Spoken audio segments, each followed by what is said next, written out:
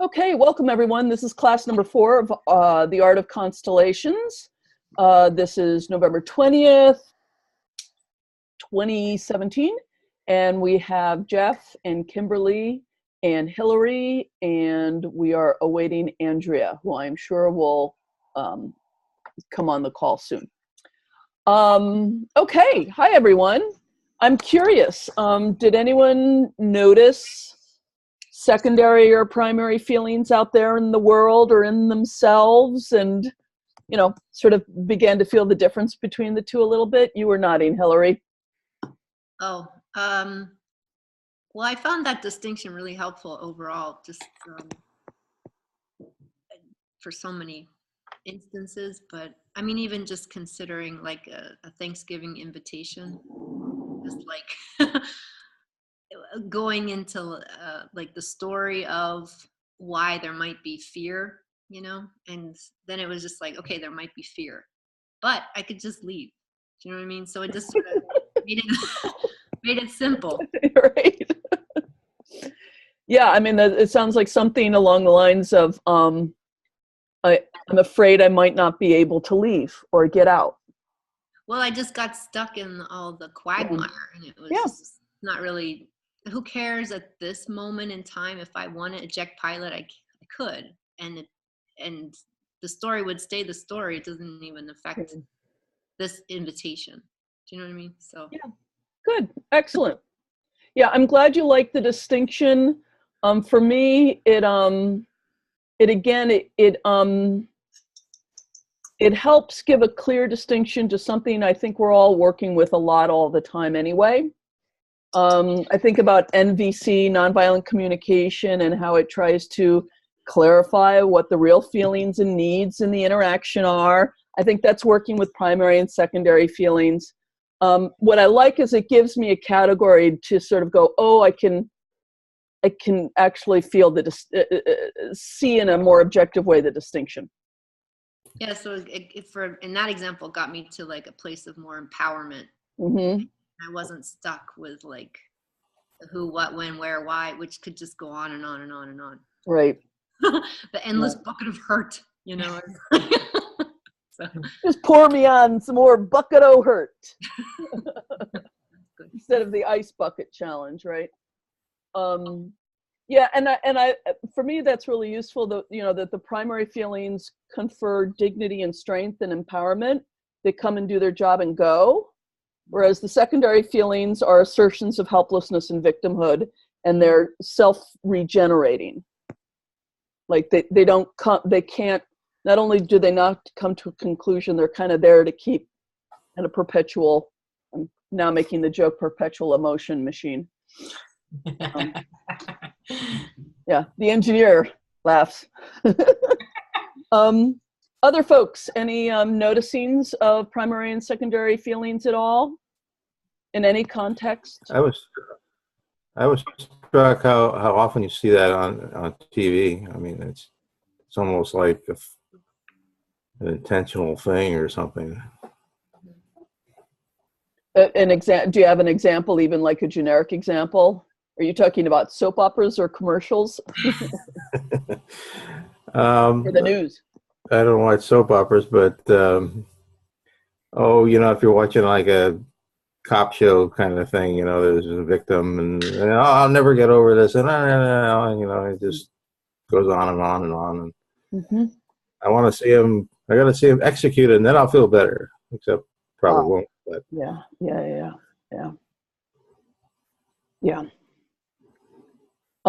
You're making me think. I don't watch cable news very often. I find it far too frustrating. But every once in a while, I mean, that's basically what pundits are paid to do, is generate constant, ongoing secondary feelings.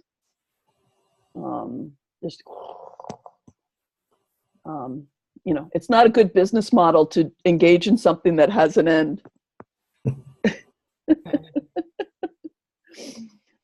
Kimberly, any shares or noticings personally or out in the world, or? Yeah, I think, can you hear me? I'm down. Okay. I think with politics these days, with the whole political scene. I can see how I can get wrapped in that loop. And I feel like I just get really cynical when I'm in that loop. So I think that is where I can get sucked in to the secondary kind of cynical, oh, nothing's gonna change. And so just noticing that for myself and being able to then just take a deep breath and think, oh, okay, I'm feeling kind of helpless, or I feel overwhelmed, and okay, and that's what's real. And now how can I be creative? How can I spiral with this? How can I reweave a different story? How can I be playful? That just helps me reorient myself. That's what I've noticed a lot. Cool. Yeah. Yeah. And I mean, social media is a funny place. I mean, it is a place of that sort of, I mean, a way to get somebody to like or engage or add to your post is to engage the secondary feelings a little bit. On the other hand, you know, social media can also be a really great place for the boom primary feeling post that takes everybody just boom to another place. So I've seen it, it can be both. It can be a platform for both in a way that I find more the secondary than the primary. But whenever the primary comes through, you're like, whoa, this is what this could be. This is what this platform could be. It could be very powerful. And by the way, for those of you who are local, you may have seen, I just sort of started posting today. I'm going to be doing an event in December that's meant to be a little bit around the holiday stress thing, but it's an attempt to address some of this stuff and the cycles we get into around the social divisions right now. So Nice. you can check into my stuff if you're local. I think that's Jeff and Kimberly. Okay, so today I made a promise last time that we would look at healing sentences. So I'm fulfilling that promise today. It's interesting, it took a long time to get here because a healing sentence is very frequently, for people who are students of Constellations, it's like the thing. Like, how do you do healing sentences is a very frequent conscious question. Because when people, you know, a facilitator is really good at it and you watch it, it looks a little magical. Like, how is that process even happening? And I think it also jacks up a lot of people's performance issues again, trying to come up with things on the fly. So I'm going to talk about all the ins and outs of healing sentences today. And it'll take us into a couple of side topics that I think are useful. So I'm just noticing, oh no, that is, let me just see if it's Viana, if it's excuse me, Andrea. Come on. I'm having trouble signing in. Okay, give me 2 seconds.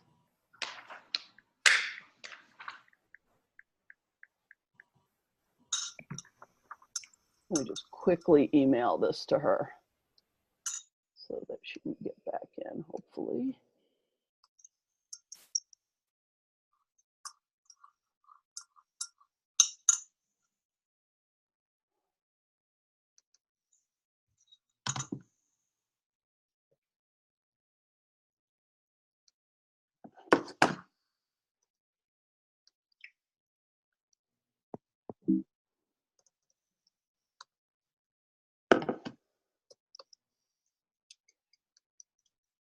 Okay, back to you guys.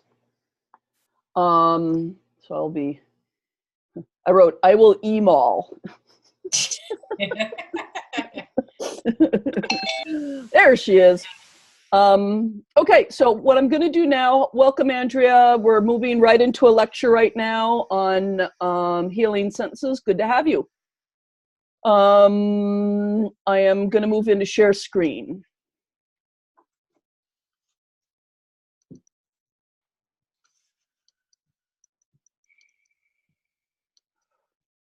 There we go.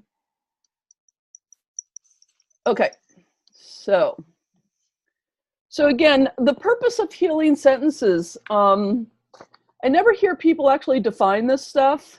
They just do it and assume, it's sort of part of the process, but it's worth kind of thinking about what are they for? Why do we have them? So their basic purpose is to honor and include what is. Remember, that's the first order of love, right? To honor and include what is. What's been hidden, lost, repressed, unacceptable, etc., etc. There's some different ways to talk about that, to shift, again, the way we've been talking, to shift from secondary to primary emotion. Healing sentences do that. To honor what hasn't been honorable, that is, to honor what hasn't been able to be honored, is really what I mean by that. And to move through resistance, you can feel that, that feeling sometime in Constellations, and I'll talk more about this. To move through resistance to taking responsibility, seeing what's hard, accepting what feels disloyal or unsurvivable, etc. Right? So from resistance to these things, from having space for them. Okay. As I thought about this, I realized there are two different types of healing sentences. The first one is really simple. It really doesn't take much work on our part, except for kind of listening carefully for the juiciest part of a representative report, which is to take a complicated representative report and turn it into something simple and strong. So I'll frequently do these sort of in the beginning of a constellation. Someone, I'll say, how you doing? What's going on? And someone will say, well, I don't know. I don't feel connected to anything here. I really don't notice anybody else. I'm not sure where my place is. They'll say a bunch of stuff like that. And I'll say, could you just say into the space, I don't know where my place is. Yeah, so you didn't even come up with any new language, really. You found a core, strong piece. These kinds of invitations are rarely resisted because it's basically what the representative already said. Yeah, but it gives the role some weight and dignity. It can, it can move things from a slightly secondary to primary place by getting rid of some of the verbiage. And it just encourages overall system flow. Yeah. I had one the other night. I'm going to be doing several examples because I had a gathering just last night, so a lot of these examples are right in my mind. Last night, someone was saying about an interaction. I feel like there's been a misunderstanding. Like I'm in transference with this person, and I went, let's go to the stronger word. Just say, there's been a misunderstanding. Wow. There's been a misunderstanding, and took out all those layers of interpretation about transference or whatever. Yeah. And it does something to the system. It puts the whole system into primary feelings. So it's not really including anything new that hasn't been seen, but it's kind of like underlining or making clear what is there. Kind of like the elephant in the room, and everyone knows it's there, but now we're saying so. Okay, the other kind includes what hasn't been included. So this often requires more creativity, sorry. These are often resisted. When they're done well, when they're accepted by the system, they're kind of mini resolutions. Remember I talked before, instead of thinking about a big final resolution, think about the process of the constellation as having small chunk resolutions throughout. Yeah. So a good, well-received healing sentence functions as one of those mini resolutions. As a result, these kinds of healing sentences, they're not so much in the beginning. The first kind is in the beginning more, and you don't tend to do them as much towards the middle and the end. The second type, you don't tend to do them as much in the beginning because you don't really know what has been excluded, what's important that's been excluded. You don't really know yet. But towards the middle and then towards the end, you tend to do more of the second kind. Yeah. And they do tend to take a little bit more creativity or awareness of the invisible systemics. So they're using a different kind of categorization. There are two kinds of healing sentence. says there's stock healing sentences, and then there are custom ones, yeah? So stock healing sentences, there are hundreds of them floating out there in the constellation world. A lot of them came from Bert Hellinger. A lot of them came from other early practitioners. Some of them may be just really local to me. Some of them I got from reading Bert Hellinger. Some of them I got from hearing a practitioner and just going, ooh, that's one I want to keep. That's a good one. Yeah. These are some of the most common ones that you'll hear in constellations. I see you. It's good to be seen. Thank you for my life. I honor the dignity of your fate. That's probably the most commonly used one I used for kind of like the ending resolutions. I use that one a lot. You are the right mother or father for me. I am small and you are big, or I am big and you are small. These two are often resisted. You have to wait for timing, and I'm going to talk more about timing in a moment. Naming relationships, things like dear uncle, dear niece, or dear daughter, this is my mother, your grandmother, that kind of thing. Just naming relationships. It's just it's bizarre how powerful that can be. And also naming order, particularly with siblings or partners. I'm first, you are second, or, dear daughter, this is my first husband, this one is my second, your father, that kind of thing. It can be very, very useful. Used a lot, I see what you carry, I leave it with you. It's a very, very powerful statement. I see what it cost you, I'm starting to use that one more. I take responsibility for what I've done. Very powerful, it happened. And it's over. Often those two are put together. It happened, it's over. I'm dead and you are alive, and it's reverse. I am alive and you are dead. And another one of my recent new favorites, please look kindly upon me as I stay for a while. This is often said after I'm alive and you're dead. We're getting clarity about being alive and not trying to join the dead. And then you can say, please look kindly upon me as I stay for a while. So these are just some of them. And don't worry about it too much.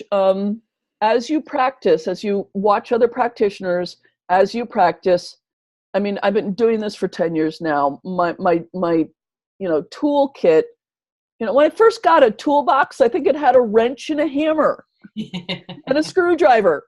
Now it has 5 different kinds of screwdrivers because I ran into different screws I needed to screw in, right? Your toolkit gets crap over the years in it because you find different circumstances you need different tools for. So it's fine if you only have a couple that kind of are really available to you, and as you practice, more will come into the toolkit for you. Yeah. Any stock healing sentences that are your favorites that you didn't mention, just blurt them out. There are a gabillion of them.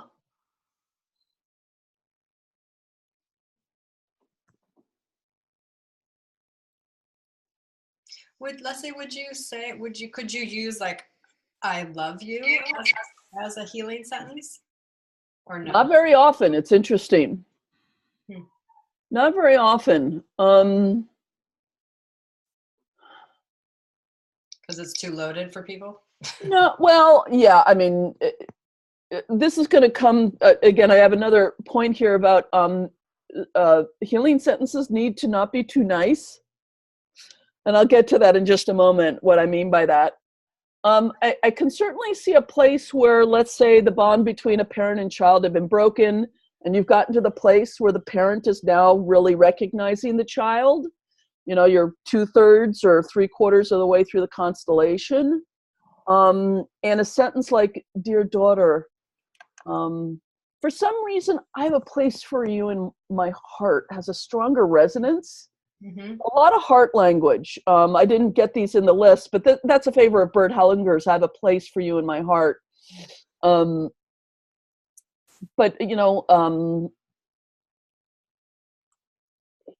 you'll just have to play with it, because the thing with healing sentences, when they happen, they include something that's been excluded, and you can feel them go kind of ka-thunk.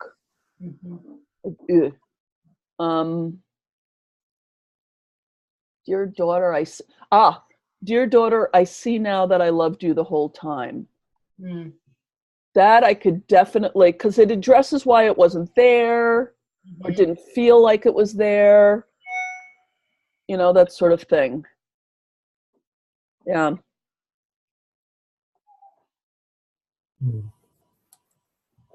And then I can certainly see a child who's been in resistance to their parents for completely understandable reasons coming to a place of saying, dear mother, something like, I separated myself from you to protect myself, but I see now that I loved you the whole time.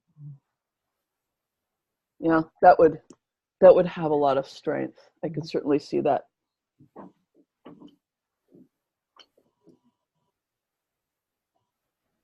It can be pretty useful between parents who are estranged, something along these lines. Dear daughter, know that no matter what, I loved your mother. Mm. If that's coming true truthfully, obviously, in the constellation. That can be very useful to a client to really see the bond between the parents, even if they, were horrible to each other in actual life. That kind of thing. So yeah, and play with it. See what happens. If you ask a representative to say, I love you, and they say it, and then you say, how did that feel to say? And they'll say, meh. Or they'll say, that was really important for me to say.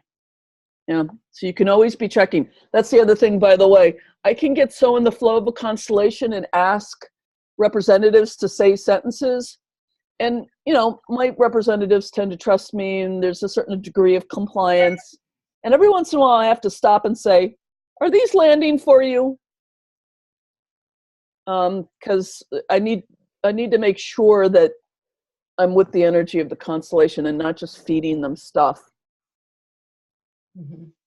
Okay, stock healing sentences, and then custom healing sentences. This is more the juice of it, yeah? I have a question before Please. we go. Yeah.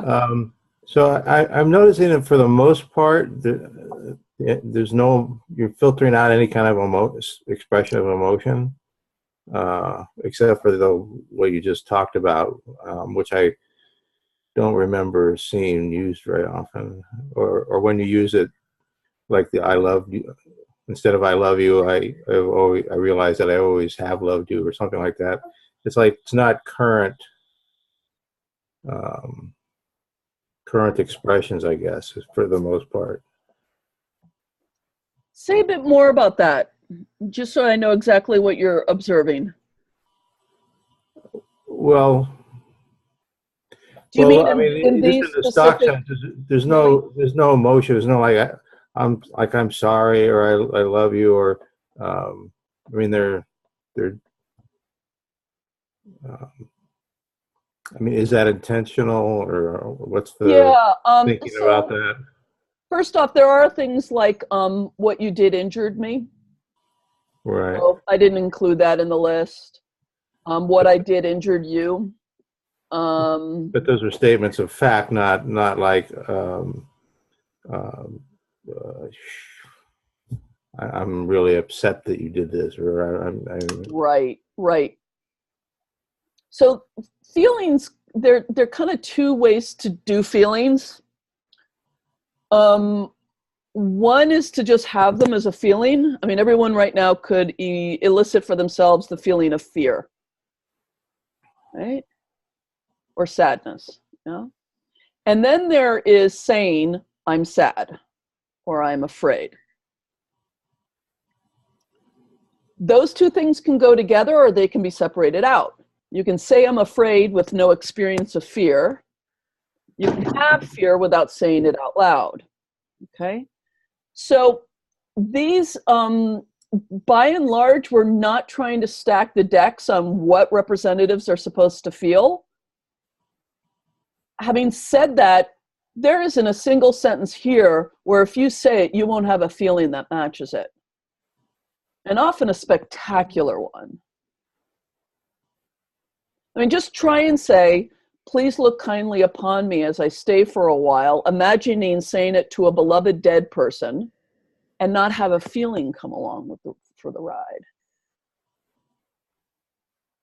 Does that make sense? So you try not to influence what the feeling would be by assuming it's one thing or one feeling or another. Yeah, I mean, I'm not doing that consciously. I don't think Bert Hellinger is doing that consciously with his healing statements. I think the main mechanism is to stay in primary emotions. And if we have a lot of healing sentences with, you terrify me, or, again, you've heard me say, I am heartbroken, or this has broken my heart. So there are statements with emotion feelings in them. But we are trying to avoid getting sucked into the maelstrom of secondary emotions. Yeah? And just naming the what is tends to allow the appropriate primary feeling to come along for the ride. Okay. I think I got that. I mean, usually, if you ask for a representative what's going on for them, they're probably going to share with you all of the secondary feelings they're having, generally speaking. I'm really irritated. I'm really pissed off. I don't know why he's standing over there. Everything is making me cranky. I'm like, okay, the feelings are now on the record. This person's angry, right? So now we've got to find what's the important thing that's not being included or said. Is it, I'm not being seen here? Is it,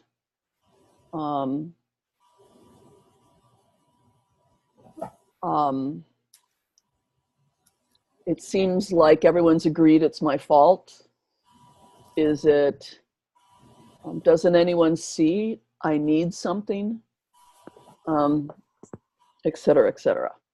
Okay.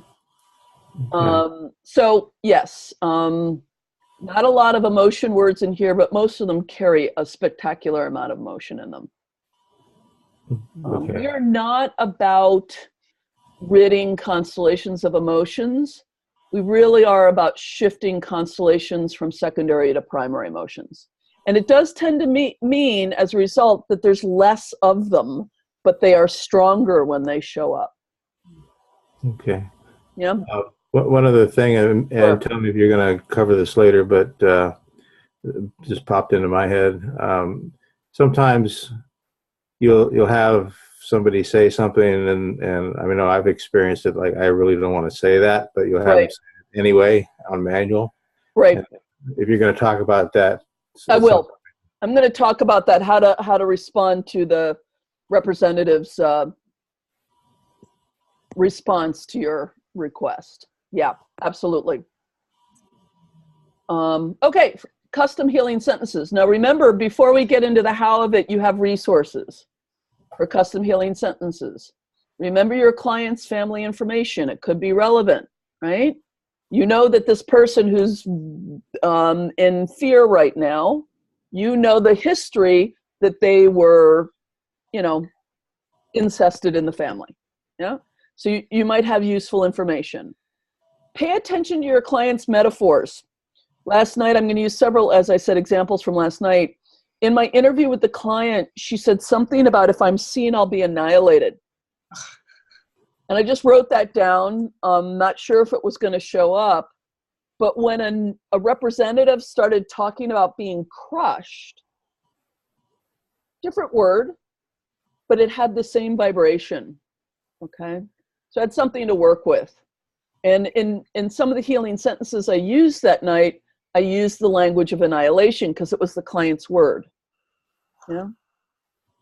And then sometimes I used the representative's word, which was crushed. And then, remember your client's outcome.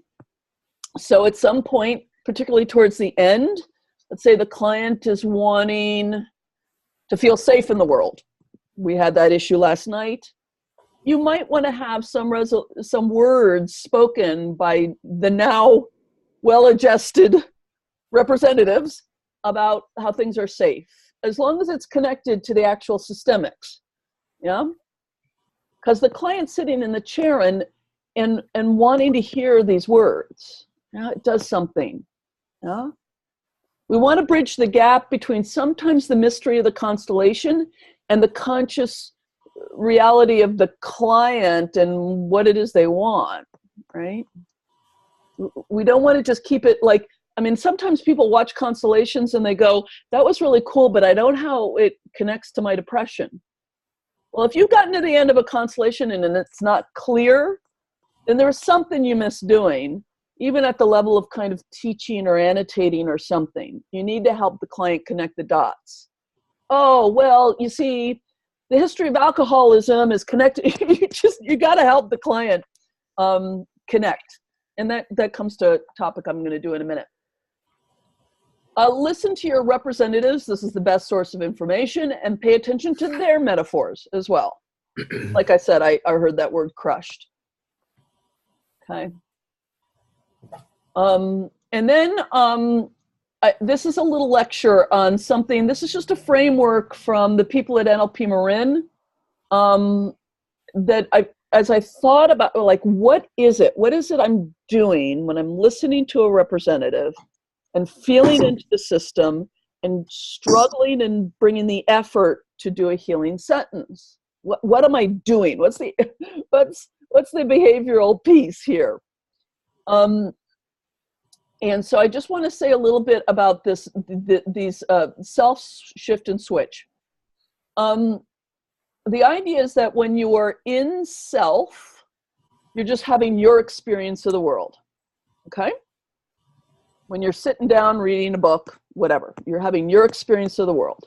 Maybe you're walking down a city street and you're just unplugged from everything around you. You have your dark glasses in and you're in yourself.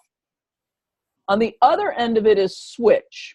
And this is something that some people who have grown up in families with addictions or severe mental illness have, which is they find themselves just unconsciously having other people's feelings, and like they go completely in and they leave themselves behind, in a sense, but they don't know that that's what they're doing necessarily until, people with what do they call them, highly sensitive people start to learn about, my empathy is like it's kind of on automatic and it's too much, right? That's called switching in this framework that I was taught. Switching is basically what we do as a representative. So we're going fully into that role's experience, okay? Now there's another one kind of in between self and switch, and it's called shift. And it's where you hold on to self even as you are sort of stepping into the feelings of someone else. Yeah? What I find what I am doing is I am being Leslie, I'm staying in Leslie, but I'm feeling into the feelings of the system, and particularly the particular representative to whom I want to give a healing sentence. I'm keeping my own sense of self because I want to still be capable of critical thinking, in the good sense of the word, critical thinking about what would be useful here, given my past experience, given my toolkit of stock healing sentences, et cetera, but I'm also kind of dipping into the feeling, shifting into the feeling of the representative. This is using your representative perception skills, which everyone here already has. When you have someone put a hand on your shoulder and say, you're the father, and you start reporting out, you have these abilities. You've already demonstrated them. Yeah. And so it's like sort of stepping partway into representing in the role. Okay, the father is saying this, is feeling this. And then I come back to myself and I go back in, I come back to myself, I go back in. You're shifting back and forth between attention on the individual and on the system as a whole. You want to kind of keep yourself moving and not get stuck so that you can feel the meaning of the representative's experience and what hasn't been included that needs including. Remember, that's the point of a healing sentence, right? Is to include what hasn't been included. Okay? Now, this is more complex. You're just going to have to keep on playing with this. And I have an exercise for later on for that a little bit. But it really is just a more advanced version of being a representative in a constellation. That's kind of what it is. So the how, here's the how. And this is going to sound like, you know, how do I wake up in the morning? Well, first you're asleep and then you wake up. It's kind of what it's going to sound like. But this is just one of those things you have to practice. So use the resources that I mentioned in the previous slide. Use your shifting and representational perception. Find the meaning that hasn't been included yet. Put words to it. Try it out with the representative. Gauge the response and adjust. Rinse and repeat.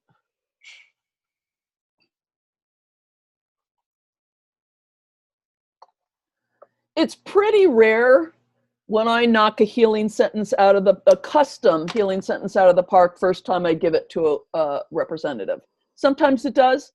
Maybe I'll say it's 50-50. 50% of the time it goes in really nicely, and at least 50% of the time I give it and it requires adjustments or it's completely off track, which happens. You know? And that's not a problem. Coming up with a healing sentence that's not useful is actually great because now you know what's not useful. Right? Okay, so that's the process. Now, I want to say a few words here, and I sort of referred to this before. Rapport versus niceness. Rapport is a term from NLP, and let me just say, when it's missing from a constellation, when a facilitator is not using rapport skills, it's rough. If all the other skills are in place and they don't use rapport, it can get really rough. Sometimes the consequence of not using rapport is that they replace it with charisma or forcefulness to sort of make things happen. So rapport is genuine, honest mirroring that the others were ready for. It's the thing that this actually has a neurological basis. It's all in the limbic system. It's the thing that says if you're a gazelle, you know the other person's a gazelle and not a lion. It's of like kindness. It's the thing you see two lovers in Starbucks doing when they're sitting at the table and they're really having a great conversation and they're body mirroring each other and they don't even know they're doing it. They're in this sync. Yeah. If you've had a best friend who you're always on the same page, you kind of get each other. It's really hard to scare each other. You two have natural rapport. If you had a teacher, it was easy to learn from. You had natural rapport with that teacher. If you had a teacher who otherwise was good, but you just couldn't learn from, you didn't have natural rapport. Okay? It's all based in pretty subtle cueing. It's genuine, honest mirroring that the other is ready for. So a really good example is a friend comes to you and says, "You're the first person I'm telling, but the biopsy has come back positive." So non-rapport is, "Oh, and I'm sure it'll all be okay. Right? That's niceness. It's not rapport. Rapport is, oh God, how are you? Right? It's not making the person be anything else other than what they are. Yeah. It's reflecting their experience. It's staying in sync with them. Rapport's content isn't always nice, but when done correctly, it's always welcomed because it feels like we're seen and valued. So you can tell the difference between feedback given in rapport and feedback that's not given in rapport. And we've all had this experience, right? You know, the feedback, you know, someone says, you know, what do you think of my website? Right? And someone says, you know, the font's too small, and you know, the pictures don't seem to fit your content, and blah blah blah, right? Oh, yeah. As opposed to feedback that says something like, wow, I could see how much effort you've put into this. What an amazing piece of work. I really love the pictures, and sometimes I wonder if maybe just a few more folks of people, right? Something like that. Niceness can trample rapport. I've given you some examples of that. Therefore, generally in relationship, we value rapport more than niceness. We can even hate niceness. You know, if our beloved comes home and we're having a really bad day and they come in with all this niceness, you can be like, oh, stop it. Because it communicates to the animal brain, to the limbic system, safety and community. I'm being seen. It's mirroring. We're of like kind. We're both gazelles. Yeah. It is kind of the hidden side of NVC, nonviolent communication. If someone's really kind of in their anger, then you actually want to mirror a little bit of the anger.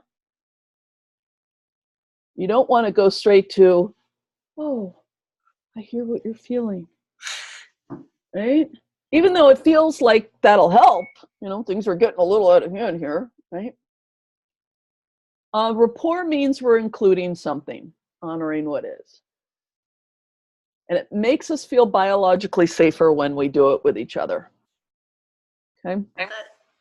That's interesting, because a word that has come up with the constellation conversation, but it always seems to come up, is the word victim, which has such a terrible connotation now. But it's like, well, there are moments when people are victims. You know what I mean? So it's so frustrating, because it's like, when did victim become such a taboo to be called? It's like, no, there's, you know what I mean? I get frustrated with that immediately. I agree. Rushing ahead to like, don't be a victim. It's like, wow, at the moment I'm a victim. Do you know what I mean? Yeah, no, and we have to be really careful about this in constellation work. I mean, we do have a point of view where we see, in a non-judgmental way, the perpetrator-victim dynamic, and that's one of the great gifts of constellation work, but you can't shove anybody to that place. Yeah? When you're injured by a perpetrator, you've been injured by a perpetrator. That needs to be acknowledged and seen first. Yeah? I remember in my 20s, you know, you sort of come out of that funny amnesia of your teens. You're just trying to get through if you're having a challenging childhood. And I started going to a therapist for the first time. And for the first time, I said to myself, my father had not been nice to me. And I just spent a year or two realizing my father's an SOB. And then later, I developed more compassion from where he came from and a different relationship to him as a daughter. But that totally had to come first. I'm just going to turn on the light here. Yes, absolutely. This is why sentences like, you injured me. and why a sentence from a father to a daughter who did injure a daughter or a mother, it doesn't really matter, I was not safe for you. That's a really powerful healing sentence when we get to it, right? Sometimes the parent is not able to say that when we start. Yeah, I do. I guess I'm thinking of this in terms of like the intake as well, like being really careful not to talk about victim because it's such a charged word nowadays. It's not helpful. You know, that's what I found. I'm just like, right. Yeah, I usually don't, I don't generally use, or I could see someone who, it does happen sometimes. You get somebody who's very nice about their family history. You know, I understand my mother, you know, her mother wasn't nice to her. And I understand my father, that's why, blah, blah, blah. And I know how I'm like, they beat you as a kid? Yeah. That sounds really bad. Well, yeah, I don't know. But they were, you know, they had their problems. I'm like, okay. Just sounds like it was maybe, you know, sometimes a recovery of the experience needs to come first. And on the other hand, there are people who are, you know, too much in the victim story, and you're leading them in another direction. So yes, it's all very contextual with clients. Yeah.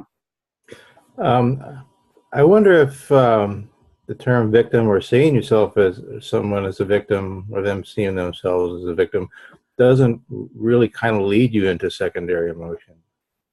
Not necessarily. Not necessarily.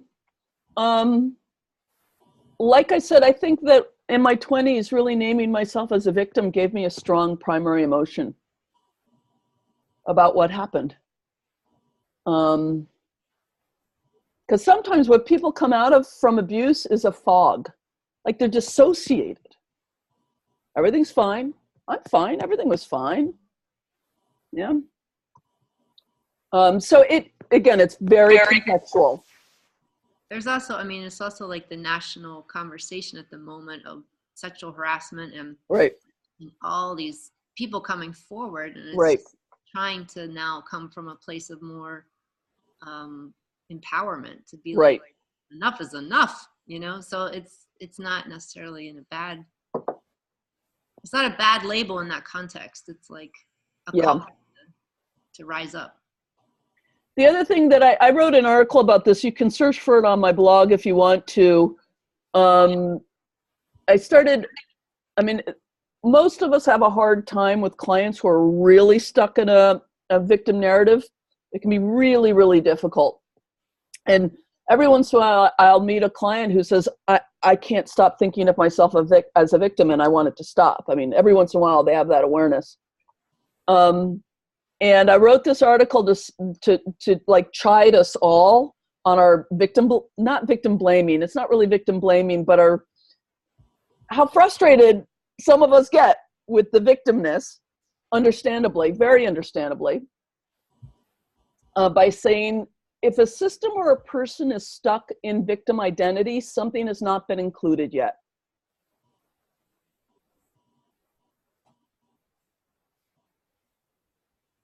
So if we can look at it appreciatively.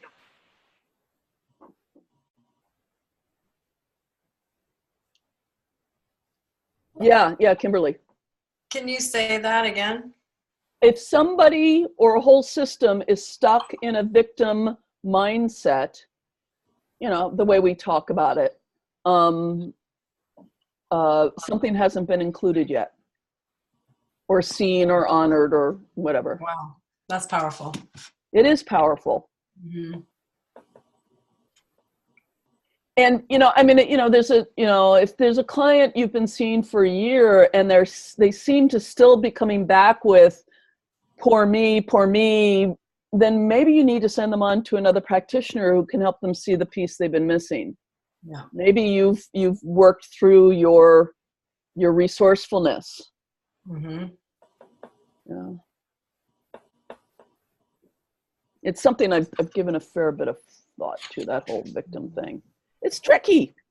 Yeah. It's tricky because we all know victims become perpetrators, and that's the thing we're complaining about. with the quote unquote victim mindset. Okay, so rapport versus niceness. In coming up with healing sentences, you're looking for rapport, not niceness. So practicing rapport in sentences, how to in healing sentences, how to do this. The first thing I just want to name is another NLP idea. It's called pace, pace, lead.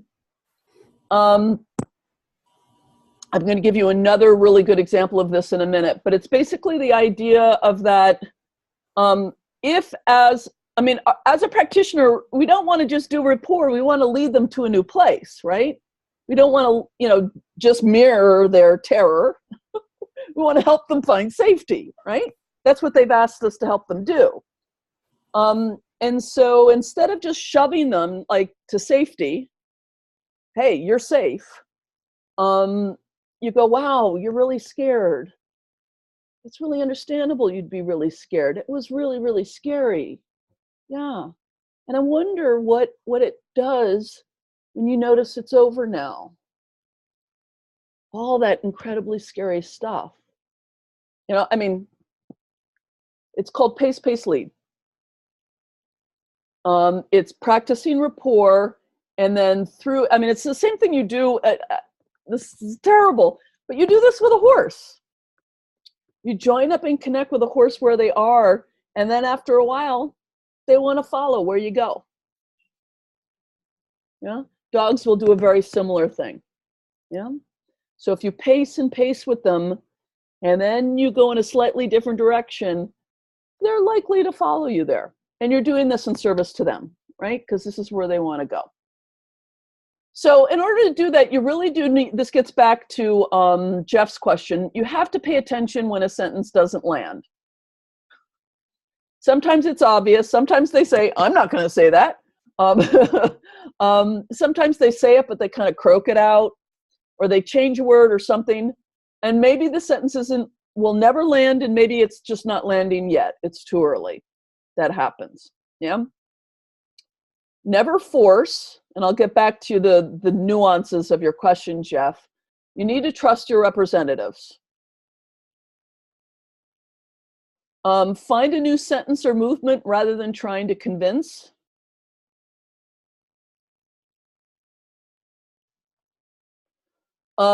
Something hasn't been included yet. Look for what wasn't included. This will pay off with stronger resolutions.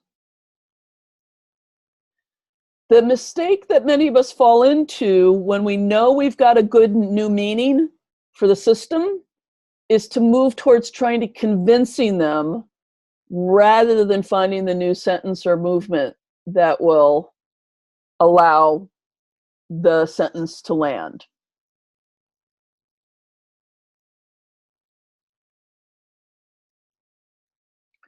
Now, Jeff had a legitimate question. He's seen me many times say, whoops, sorry. There we go. Someone says, I don't want to say that. And I'm pretty sure it's a good sentence. I'm pretty sure. I could be wrong. I'm always open to being it wrong, but I'm pretty sure. So I'll ask them to just on manual, go ahead and say it, and then let me know how it feels. And so it might, let's just say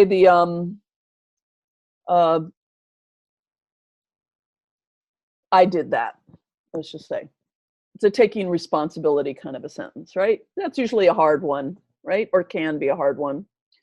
So they don't want to say it. I say, just give it a try and see what happens. And they'll say, I did that. It'll be immediately obvious to everybody, and especially the representative, that it's a true sentence, or it's not. I mean, it's just, the affect in the face is not, it can't be hidden. Little tears in the eyes, a softening in the face, a little nod. Something is, if they're gonna do it, tell. Yeah. Usually they'll sort of look at me and go, yeah. There are a bunch of these kinds of things.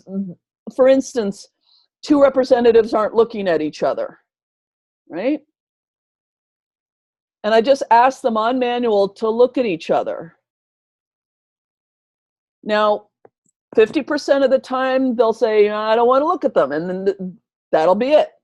But about 50% of the time, that looking at each other allows something to shift. Now they're really looking at each other. Yeah? So it's fine to do these kinds of constellations. Now, if a representative were to say, no way, I can't say that, I don't, you're, then, I'll say, okay. Oh, that's fine.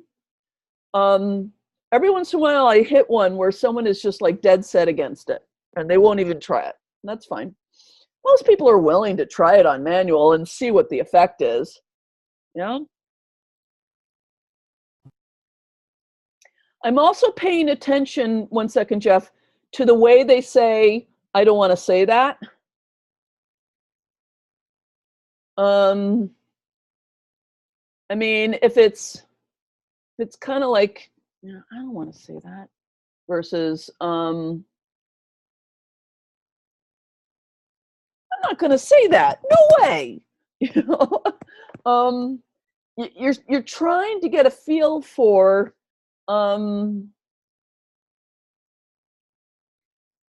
whether they're running away from a truth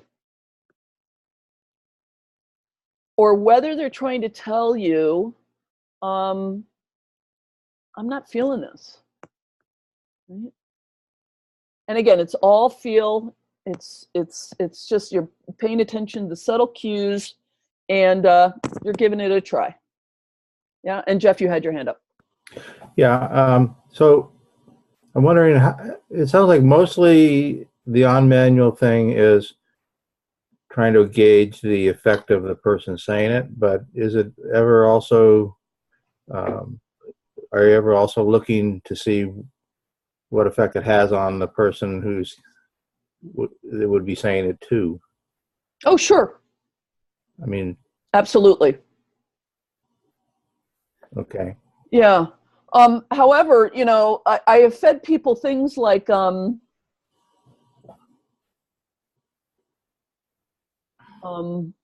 see I wasn't safe for you, and it's not landing quite yet, but they're doing it on manual. And the person on the receiving end of that statement is going to turn to me and say, I don't believe him. So if the system isn't ready for it yet, it's not going to work for anybody. Okay. Probably.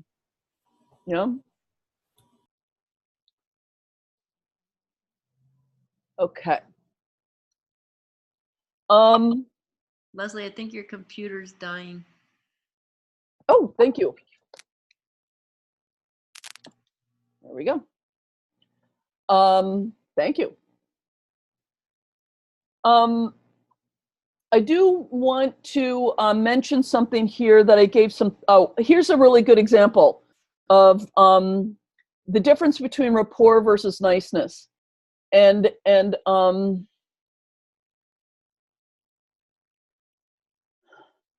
again, from last night. I have a couple examples from last night because there were some really good, juicy versions of this. So we had a member of the family who had gone to prison, and when he came out, basically lingered into alcoholism and homelessness and died on the streets. And it became clear that there was a lot of shame around in that person for having let that happen, for having become an alcoholic and homeless. And he said something. He said, I wished I'd died in prison. By the way, it was political prison. Okay. I wish I died in prison. Now, at the level of kind of a nice intervention, we might want to, and this was my first instinct, how do I fix his sense of shame about his remaining years after prison? Like, how do I help him and the whole system feel better about those final horrible years? And then what I realized was, no, I need to listen. I wish I died in prison, right? And I said, try this sentence. Look at her, the family member, turned out to be the client. Look at her and say, I died in prison. Tears came to his eyes. He said, I died in prison. And then just to sort of make it obvious, those years after prison, that wasn't life. And he said, those years after prison were not life. And something settled. Like all of that shame and all of that pressure to redeem those final years, just like it just became a non-issue. And he said, please honor, this was the sentence I gave, please honor that I died in prison.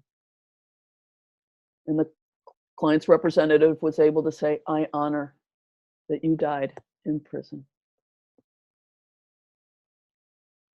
Okay, so there's a way in which that's it's a less pretty truth than finding some way to nice up the remaining years. You know, don't feel so bad. Anyone would have had, you know, anybody would have become an alcoholic, you know, whatever you might have. Instead, it's like, there was this place of honoring what he wished, and which in a way actually was true, that his spirit died there. And then we were able to work in the fact that he went to prison for his ideals and all this stuff. And so this place of just seeing this person with great honor and respect came very naturally. Yeah. So this is an example of when, if you take the time and feel into what's not included, and don't be tempted by the need to make things pretty or nice. Sometimes it's about like making it grittier and clearer. Yeah.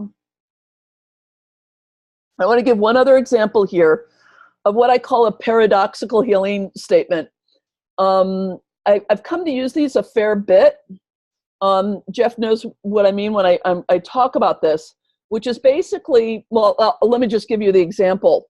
So from the other constellation last night, there was a figure basically for motherhood. And we had the women in the lineage where we figured that the thing got broken around motherhood. And that representative pointed to motherhood and says, I don't have anything to do with that. I'm not connected to that. And thinking,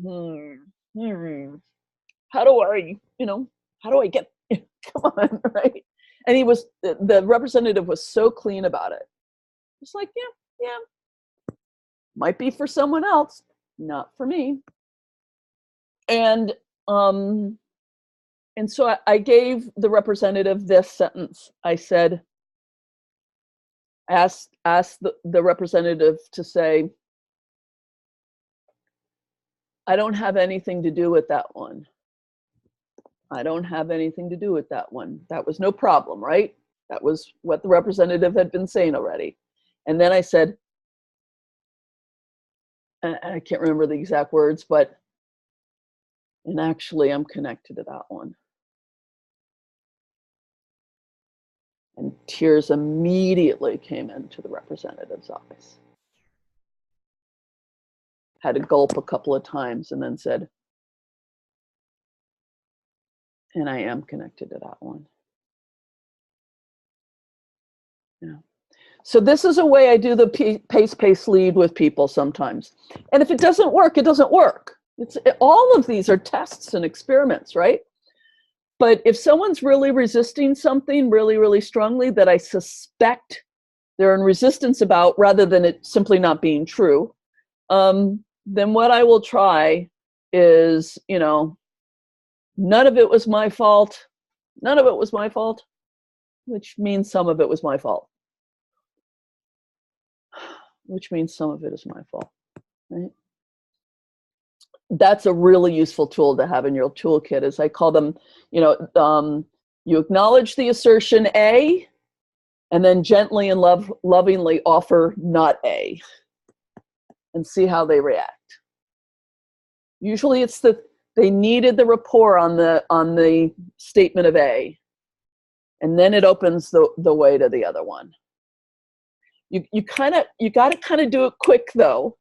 Sometimes you got to, it's kind of like hypnotic languaging, You got to be on the beat a little bit, because then they're like, oh crap, she got me, and there's this openness to it. So that is my lecture on healing sentences, which ultimately comes down to, you got to practice it. You got to put it out there. But now you have some sort of principles to make use of. So questions, comments, experiences of your own, sentences that were fabulous and sentences that bombed horribly. Jeff. I want to go back to the "I died in prison" thing. Sure. Is that something you would ever try, or is it strictly because the representative said that? I mean, would you ever suggest that possibility? I might now that I've seen it in action. Death is an interesting thing. That's such a stupid thing to say, but death is interesting, right? Hillary is wrestling with this right now.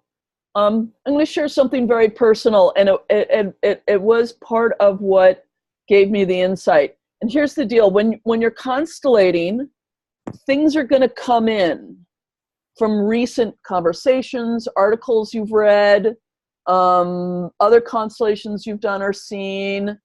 I think I was saying that I had a constellation with a theme of child soldiers in it that I was only able to see because in the previous week I'd read 2 different articles on child soldiers. The systemics of this are preparing you to see this, right? So just a few days ago, I did a constellation. I went to a friend for a constellation for myself on my business. I had a business issue that had been bothering me. And, very commonly, my business was entangled with something else. So we pulled out, whatever it was. And after a while, it became clear it was at my mom. And my mother died when I was 20. And she died when,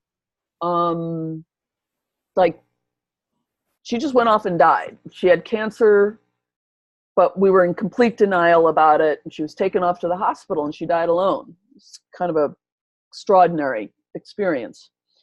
And not simply her death, but the way we managed her death is something that's kind of haunted me a bit over the years, as you can imagine. So here I am having this interaction with my mother in the constellation, and this is not my first time with a constellation with my mother. I mean, come on, I've had plenty of these, right? And the friend who was facilitating and also representing my mother just sort of stood there, and I was just kind of watching, and I thought to myself, I'm watching somebody die. This is really important. This is what I missed. And I just finished watching it happen. And then it was a man who was representing my mom, turned and faced me and says, I just died. And now I'm here in a new way. And I had tears streaming down, and I said, it was so good to see you die. I missed that. So something about what he said, and also my mother in that constellation had said, I wish I died sooner. I wish I had not lasted that long. So when he said that thing about, I wish I died in prison, it lit up some stuff in my, not just my head. It wasn't just an intellectual thing. It was something I had some resonance with. And so I was connecting with, death is a terrible thing. We wish nobody ever had to die. We never had to lose anybody. And there are times when death is a mercy or a gift. And that's the meaning that comes into the system.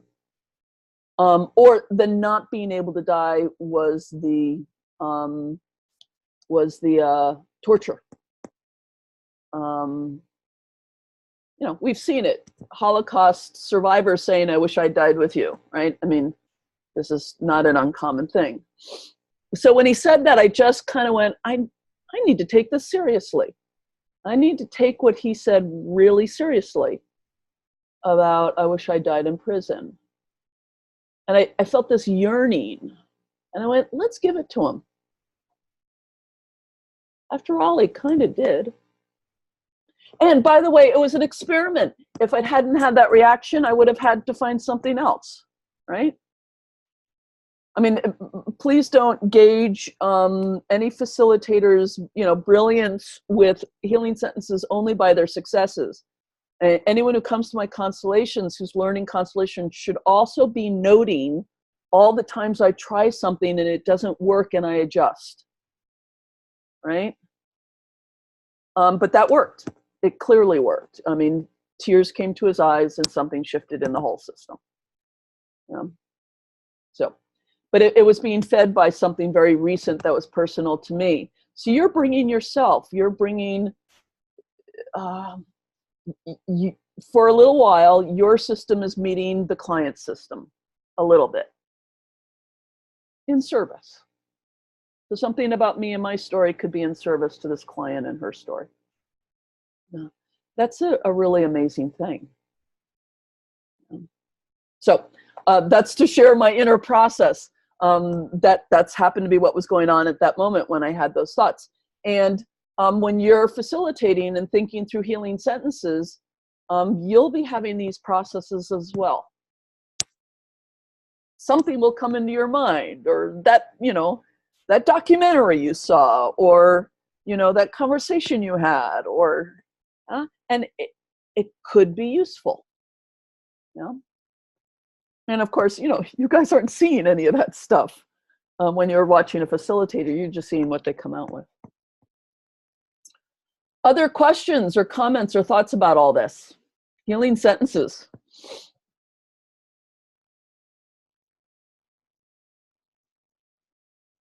Well, you know, a lot of reps when they're new just jump into "I forgive you." Right. I just want to hear what you say when they say that. Yeah. Yeah, that's not the only example of times when you know, you have to hold a representative back a little bit.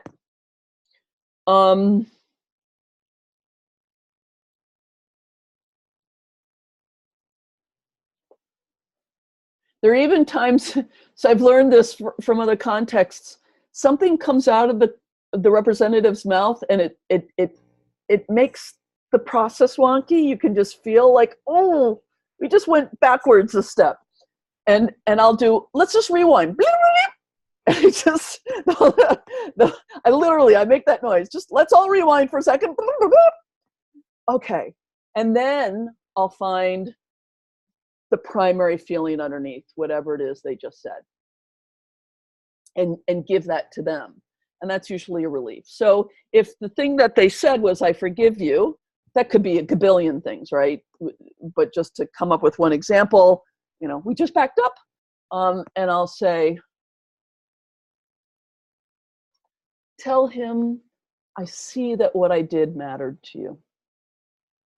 Right? If that's a good, you know, if that's what's going on at the time.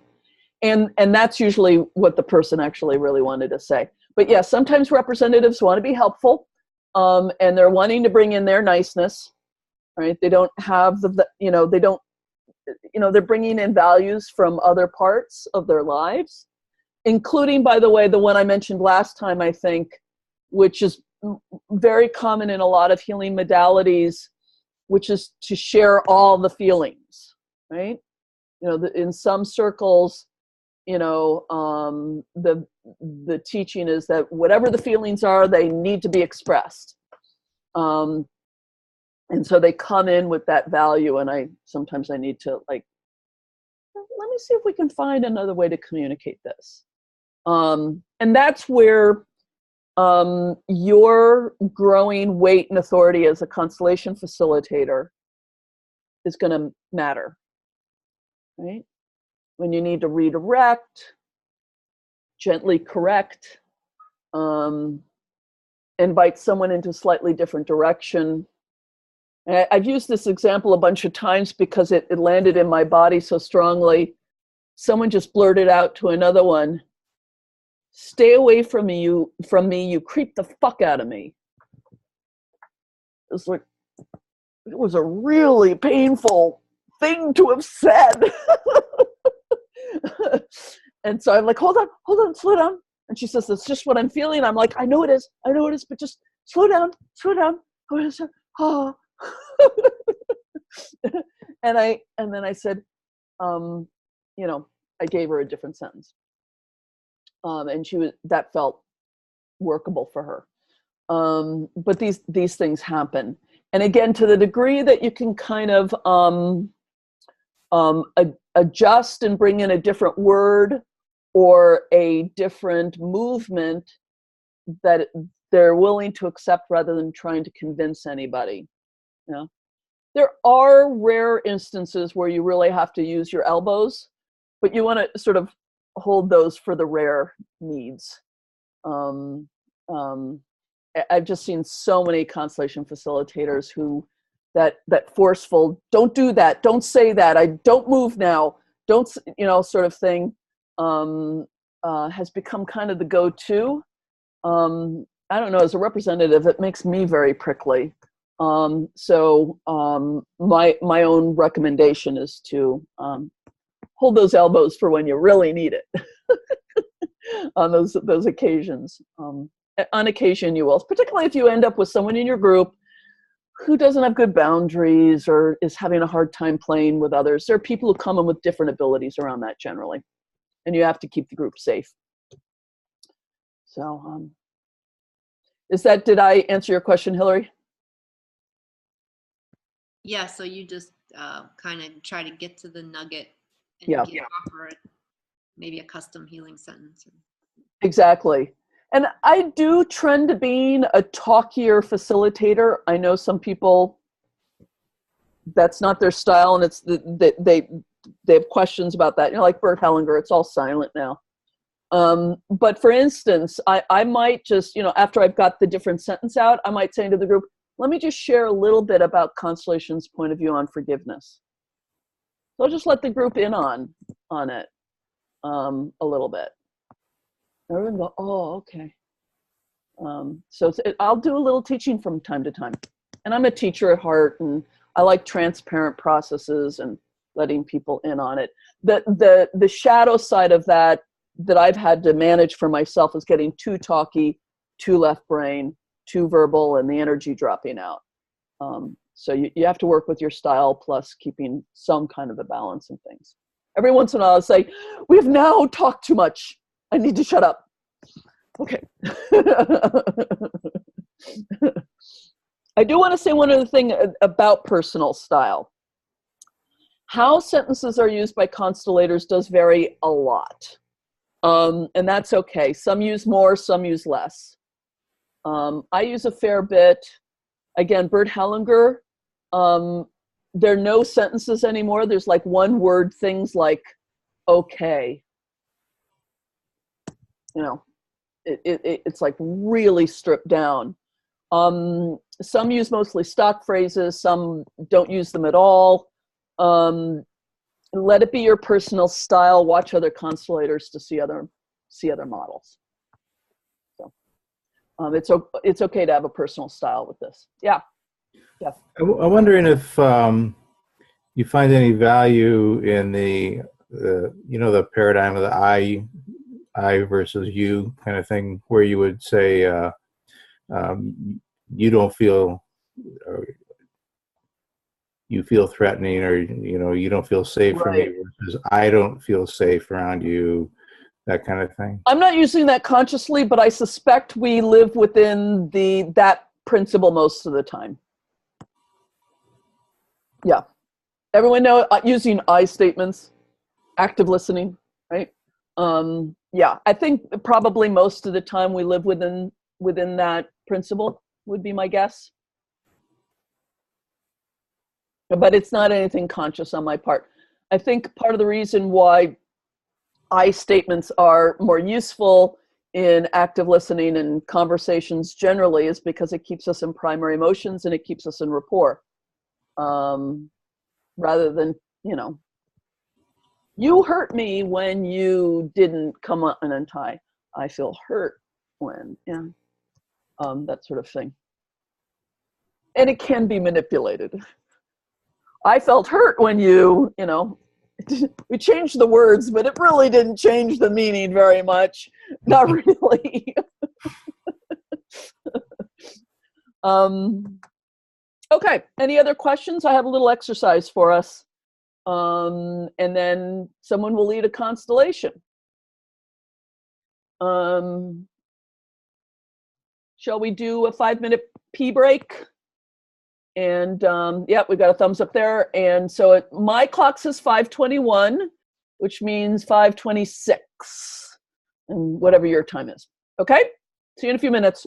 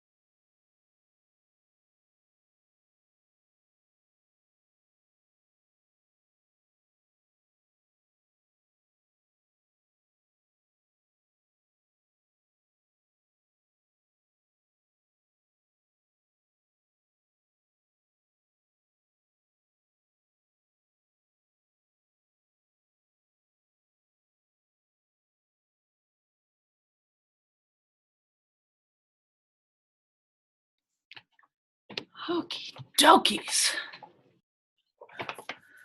5 minutes goes so fast. Okay, I'm not putting the earbuds back in because the noisy work they've been doing all day, they have stopped finally doing in my building. Okay, so I'm sure Hillary will be here in just a second. What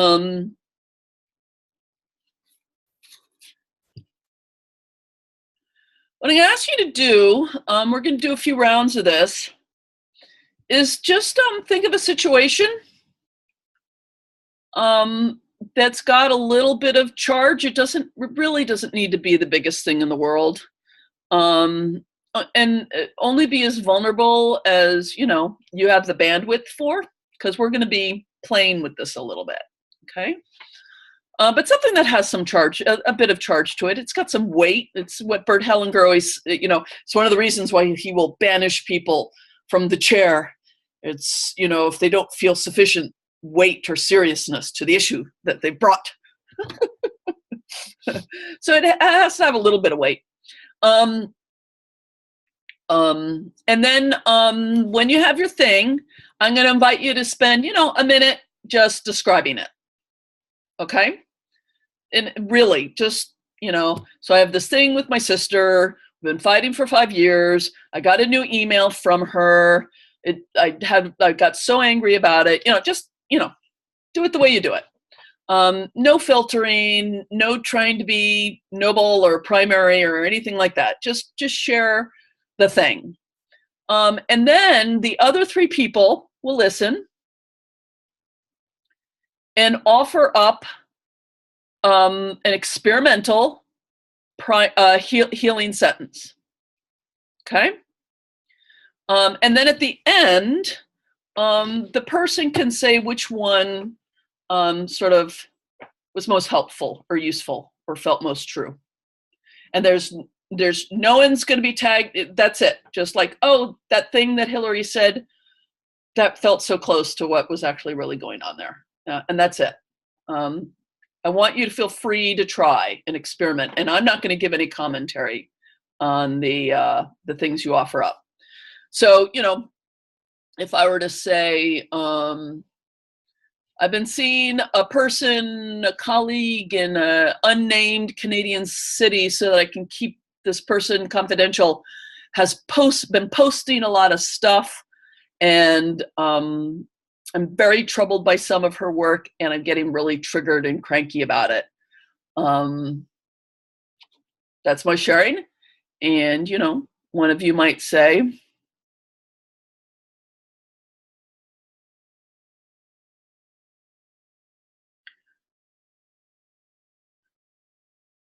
would you be willing to say, there's not enough for me? And someone else might say, would you be able to say, I feel overwhelmed? And then a third person will say, okay, just come up with a sentence that seems to be a healing sentence, something that brings forth a deeper truth, that if the person sharing said it, might be helpful to them, okay? The other person, the original person isn't going to say it. We're not going to force you to try to say things. Just offer up your healing sentence, and at the end, the recipient or the client of the interaction can say which one resonated most with them, okay? So does someone have something that's a little chargy, just enough for us to work with? I think Andrea's reaching for her. How chargy? I mean, only be as vulnerable as you are willing to be if everyone gets it quote unquote wrong. Okay, so, modest. But if you want to do the biggest thing, we honor that. But remember, this is for other people's learning. Okay. I think I'm having a little charge with my daughter's behavior, my 15 years old, that she digged down into a depression again, but she also doesn't want to help herself, like taking her meds or eating well or exercising, but she also doesn't want to go to the emergency room, and then she goes very deep in these moments that she wants to commit suicide, that she doesn't see meaning at all in life. And if I am kind of there, she becomes very aggressive, very, very aggressive. And if I try to touch her, she doesn't want me to touch her. I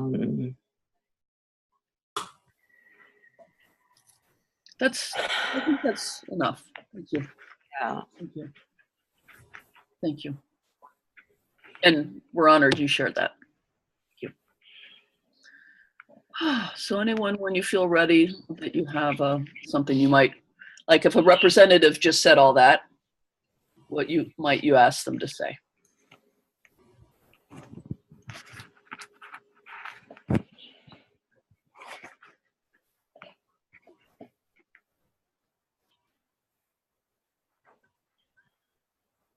Worried about you because I adore you. I couldn't hear you, I'm sorry. I am worried about you because I adore you.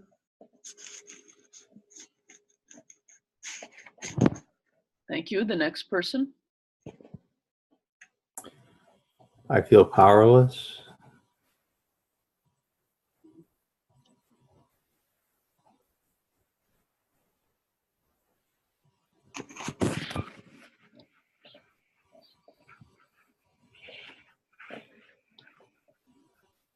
I feel so sad.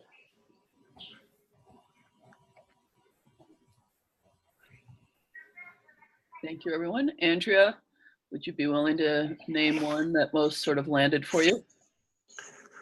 I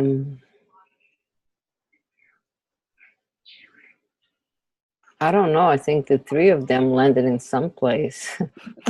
Believe me or not. Yeah. Yeah. Okay. I think each one can go through a different venue, but I think they all kind of touch me.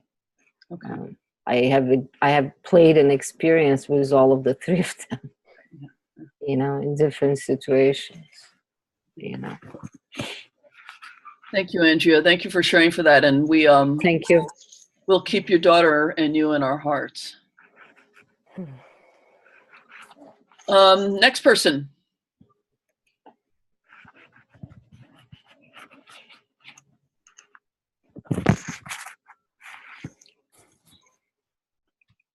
I'll go.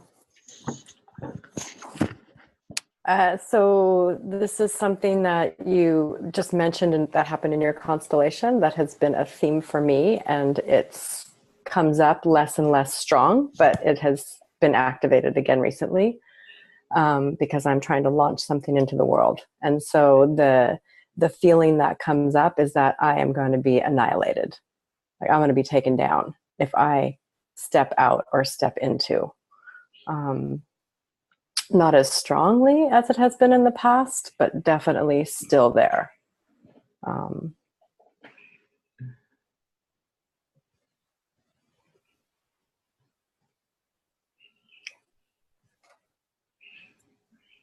Sorry, I muted for a second. I'm sorry. Could you give us just a bit of the context? You kind of did the interpretation a little bit, but is it business? Is it relationship? It's business. It's business related. It's work related. You're trying to launch a new program. Could you be a little? Yes, I'm trying to launch a project, Okay. a collaborative project around a documentary film that we want to do, and has to do with spiritual principles, and it's not very concrete, and it's fairly esoteric, and it feels scary and a very big reach for me.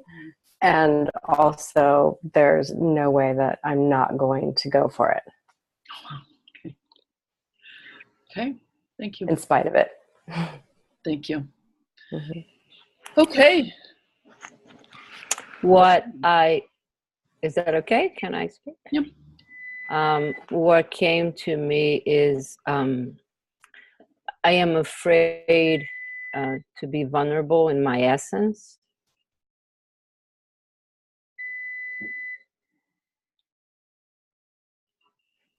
Thank you.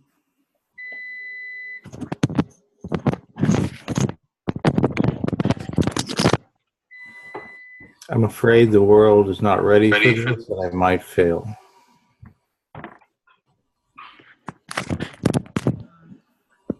I'm not always comfortable being the expert.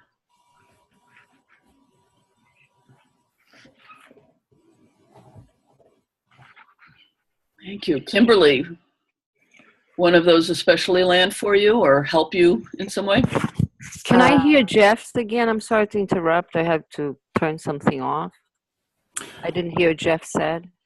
I said, I'm afraid the world might not be ready for this, and I might fail, Thanks. or something like that. Mm-hmm.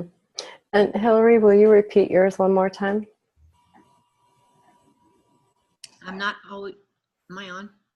Sorry. Yes. I'm not always comfortable being the expert. Yes. And there's resonance, like Andrea said, that there's resonance in all three. The one that landed the deepest was Andrea's. But there's definitely resonance with the expert and Jeff, the not being ready. No. Okay. Thank you. Thank you. Thank you. Thank you. Hillary or Jeff, you got something that you can share? I'll go. Just focus on my oldest sister for a second. I haven't talked to her really for a long time at this point. I mean, a long time for us. And as the time goes on, it's sort of just because I'm not talking to anybody at the moment, but but that's the truth of it. I'm not really talking to anybody, and I don't really want to talk to anybody. And I've already apologized kind of once, but it is a little back of my brain thinking like, oh, she's probably, and the same for my parents. Anyway, it's just, I've already apologized and made it clear that it's hard to want to talk to anybody at the moment, but there's a little guilt because it's like, I should be talking to these people. They want to talk to me. So it's awkward, especially as the holidays come around. It's like, I still don't want to talk to anybody. And it's all about people coming together and talking. Ugh. Thank you. Yeah.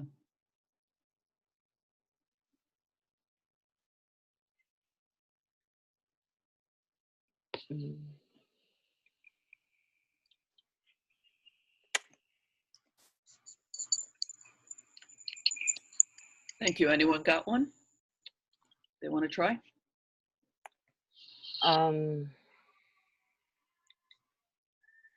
I feel that there is what I felt was there is a lot of anger trying to be nice.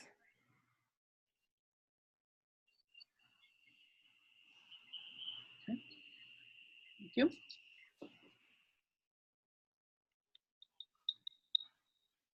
I feel guilty putting my needs ahead of my family and friends.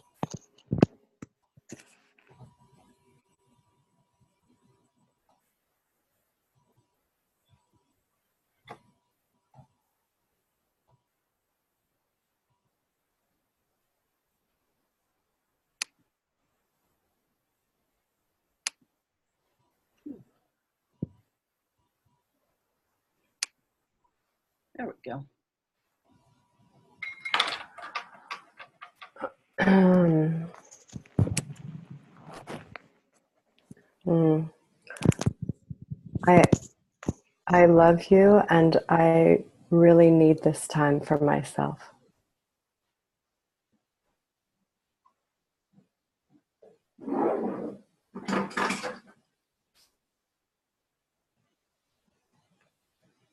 Well, it's funny. I think it's a hybrid. I think I'm angry and I really need this time for myself. I think that's the truth. Yeah. But I mean, it was helpful. Thank you. And it, by the way, I just want to notice, to the degree that the sentences land or not, it feels good to have people listening this closely to what like, someone's trying to feel in and get the deepest part of what I'm saying. Even if they get it a little wrong, it already feels better because someone's really trying to hear it. Yeah. So, Jeff, you got one? I'm going to unmute you. Well, the only thing that comes to mind feels really stupid, trivial. I just in general, I am not particularly comfortable in social situations a lot of the time, unless I know people really well. But even when I know them, like I'm been invited to Thanksgiving to a friend's house, and you always feel like, well, I should bring something, but I don't. I just never know what is right, what feels right. Kind of dumb, but so I come up with.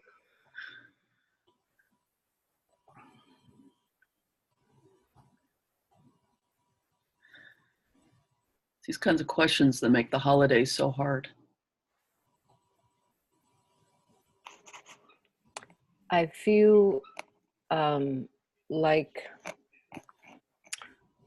I would like to have the right just to exist the way I am.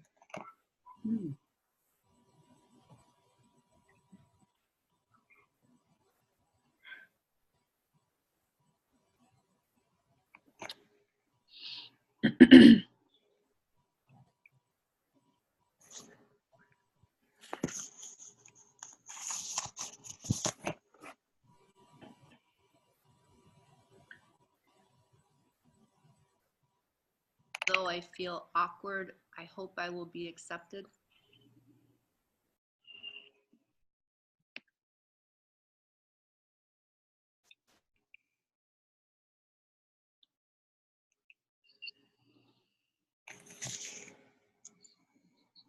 Being myself is enough.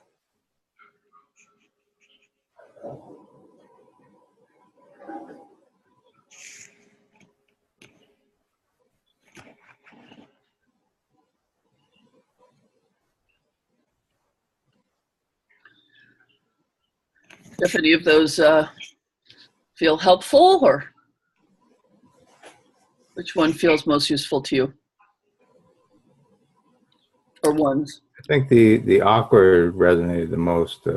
It does feel awkward, and I don't care for that feeling. I mean, I know they're not going to care, basically, but it's me, Mm-hmm. Okay. So getting the feel for this a little bit, And again, I mean, this is, I really don't want to pose healing sentences as something that you've got to like get a psychic tune into and get it perfect and give it to the person and they like it's the most perfect thing they've ever heard. It's trying something and seeing what the response is. Not haphazardly. Obviously, you're trying to tune in and feel what might be useful, but then adjusting. That adjusting piece is critical. Yeah, Kimberly. It was interesting when you were doing this with your hands and saying it doesn't have to be the most perfect thing, because it feels for me that where I'm listening from is down deeper in my body.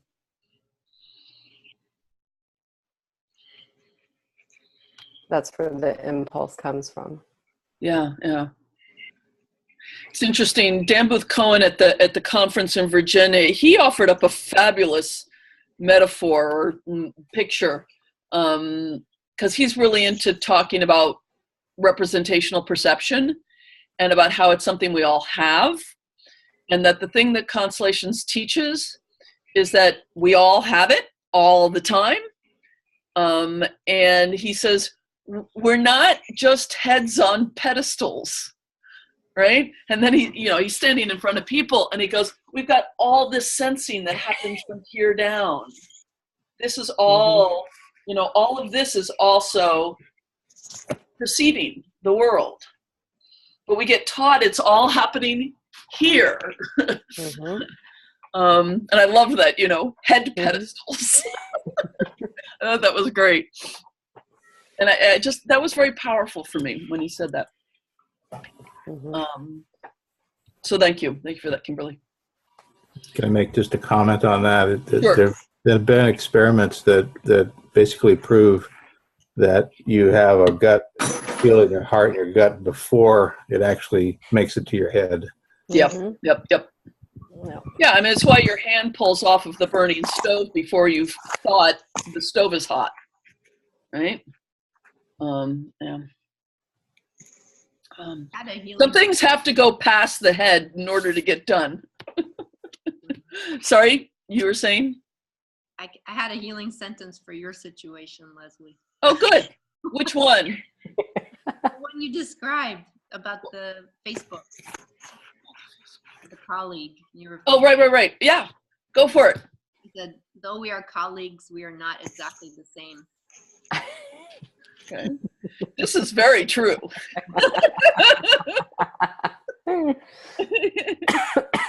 We are quite different. Okay, thank you. Okay, so who wants to facilitate for about 30, 40 minutes? What's everyone's arrangement on the screen is different, so we don't know who you're pointing to. I believe that would be Andrea. Oh, okay. Because for me, that would be down, and from my point of view, you would be looking to the. So it's a tricky thing on Zoom because people will say, "Yeah, the person below me," but it's actually arranged Completely, differently on screens. I'll go for it. I just apologize because I was in the emergency room for a good time last night with my husband, so I'm very sleep deprived. So, but I wouldn't mind to go. One of my teachers, Michelle Masters, said she always did her best work when she was tired. The reasoning be that some of the, more left brain stuff is left brain doesn't work. Yeah, it's not working today. And I think that leaves Kimberly as a client because Jeff and Hillary have both been clients. Is that okay with you, Kimberly? Yeah? Okay. Sorry, yeah, that's fine.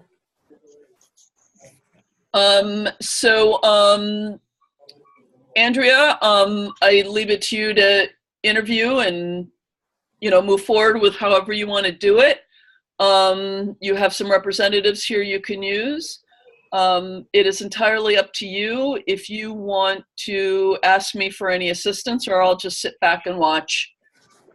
Sounds like a good plan. And then at the end, we'll just have a very short discussion about how we noticed healing sentences show up. Just to continue the theme of the class, okay? But we leave you to your learning. Okay. So Kimberly, what would you like to bring forth today for your constellation? I think I want to work a little bit more with this annihilation piece. Okay. Do you want to talk a little bit about what's happening at this moment with that piece? Yes. So let's see.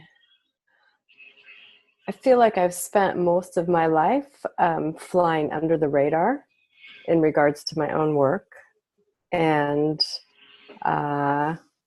don't really want to be seen on a very large or scale. It used to be really bad when I was younger. If I had to get up and speak in front of anybody, I would just about soon, I'd rather not, I'd rather die. As the years have gone on, I've done some teaching. I have gotten better at that, but it's still, I don't like a lot of attention on me. It's too much energy to manage. And in regards to my work, I really feel like it's, it could be life or death. I mean, if I really think about it, it feels like it could be life or death, which is not rational. I know that. Mm. And when you talk that's not rational, and you talk about it could be life or death, if you want to put life in your body at this moment, what would it be? What do you represent on your own body, life?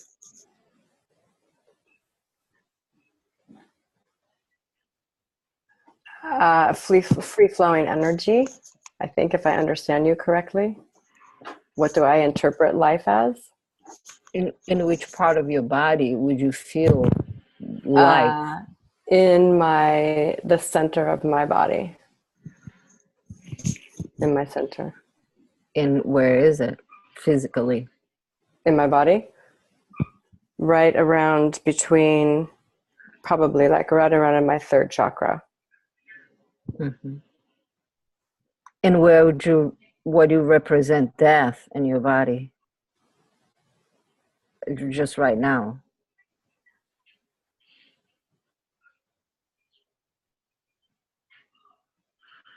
Wow, that's an interesting question.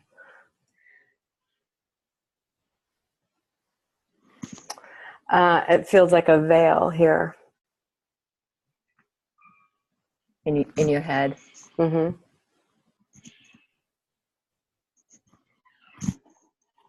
Do you have, when you close your eyes and you see the veil, do you have a color for the veil?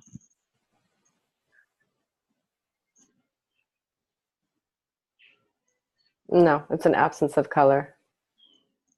Okay. So, would you pick Jeff and Hillary, each one of them to represent life and one of them to represent death? Would that be okay with you? Mm-hmm. Yes. So do you guys want to pick, or do you want to pick one, or you want to let them choose?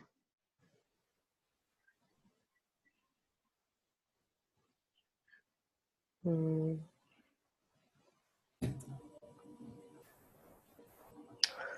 My first hit is Jeff for death and Hillary for life. Okay. You guys okay?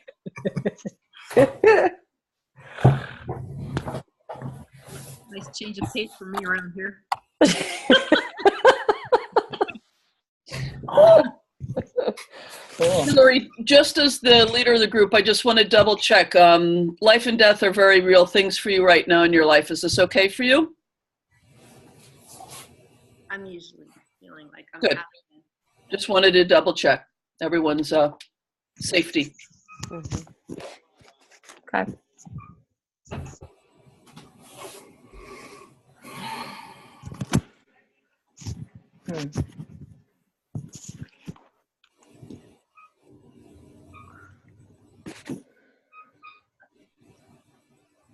Kimberly, when you look at Jeff, what's going on for you?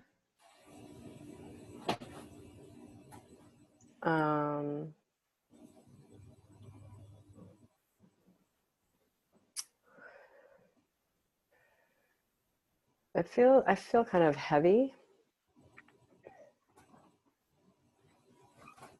I don't feel a lot of emotion or sensation in my body.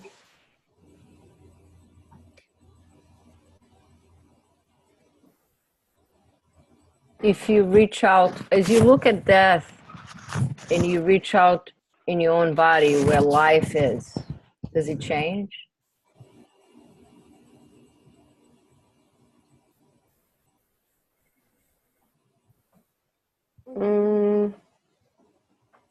Slightly. In which way? I feel a little more energy in my legs, the bottom of my legs. Okay. Jeff, how are you? What's going on for you in your body, below the neck, where black is? I'm sorry, I don't understand the question. You're wearing black. I'm just trying to ask you what is happening in your body right now. Just physical sensations.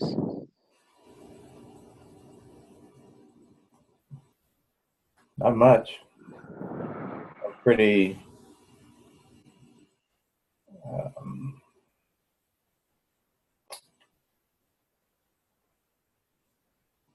I don't want to say indifferent, but I have no agenda, no. I mean, I look at when I look at Kimberly. I just it just feels kind of benevolent, but not no agenda. Mm-hmm.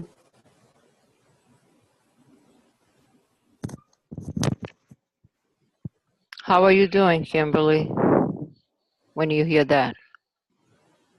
That feels true for me.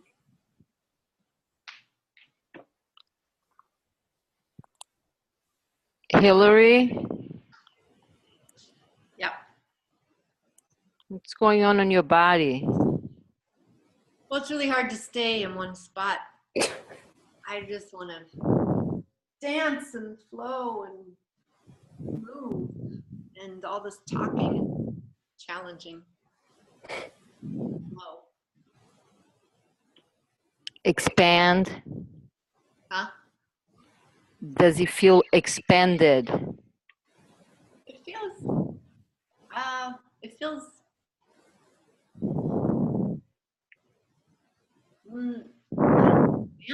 So I just want to move. Do you have any object with you that you can hold on to it as you move? Maybe my dog. That's about it. Your dog? His vibrancy. Yeah. Huh. Is there any object that we can bring it in as Kimberly's life project that she is willing to put in the world right now?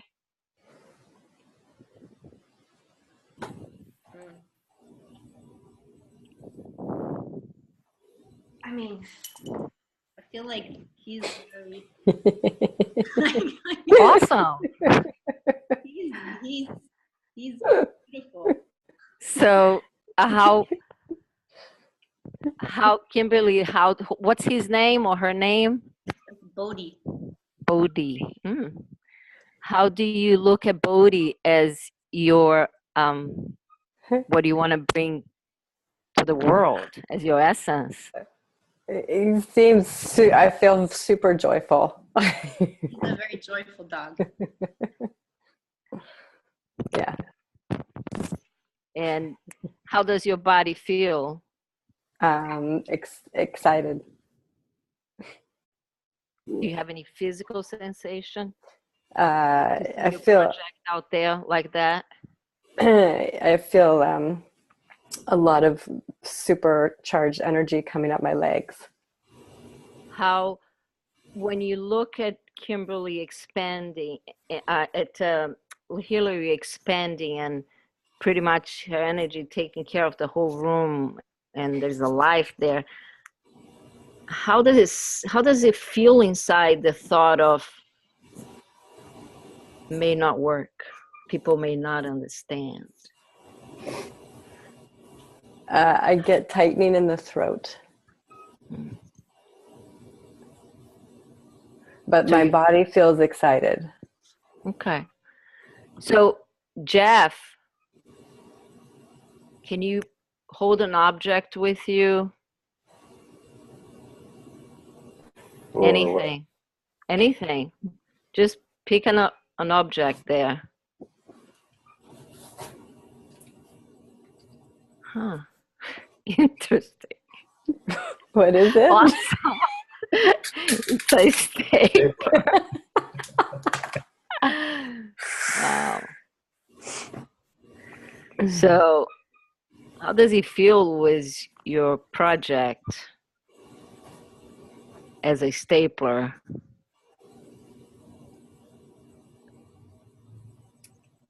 How does it feel if my project is a stapler? Just go to just go in your throat. Yeah, the feeling in my throat. I still feel it in my throat. But there's a heaviness, or a more grounded, like the energy is moving down instead of it moving up. Like when I look at Hillary and Bodhi. Can you repeat that, please? So when I look at Jeff and see him holding the stapler, I feel that sense in my throat. It's not as constricted, and the energy moves down my body. Okay. It feels heavier, more rooted. But when I look at Hillary and Bodhi, there's the constriction, but there's a lot of vibrancy also in my body. So the throat issue is in both, in both directions? Yeah, that's what I'm trying to understand. Is it? When you look at Hillary going around with Bodhi and carrying the message that you want to give to the world through this project that you have right now, how does your body feel? It feels lighter. Lighter. Mm-hmm. It's just you and Hillary. If you can just look at Hillary and Bodhi, like so peaceful, enjoying.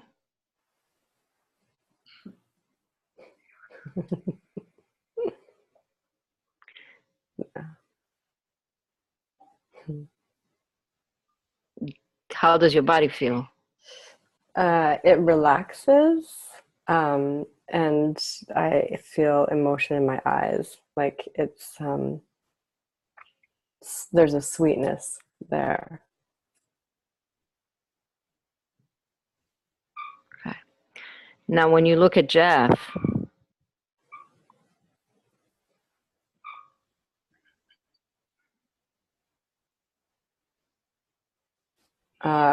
it feels more static and solid. Grounded? Yeah, more grounded. Mm-hmm. Yes, grounded. That would be the word. So tell me about the person who is watching Jeff and feels grounded. You're watching Jeff and he feels grounded. I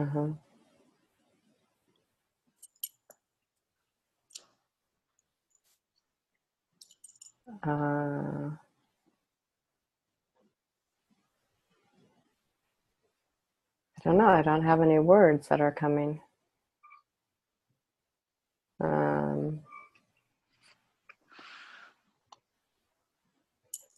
Feels Feels unfamiliar. Hmm. Can I say something? Sure. When Kimberly said the word sweetness, it made me want to sit down. It was like I felt like we were recognized as coming from an innocent place, a well-meaning, I guess, innocent place. So it took away. I don't know. It was just a nice recognition. Hmm.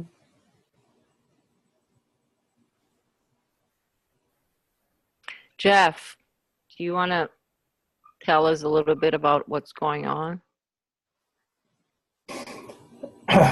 I look at I just feel like it's all good. I feel benevolent. I'm here if I'm needed.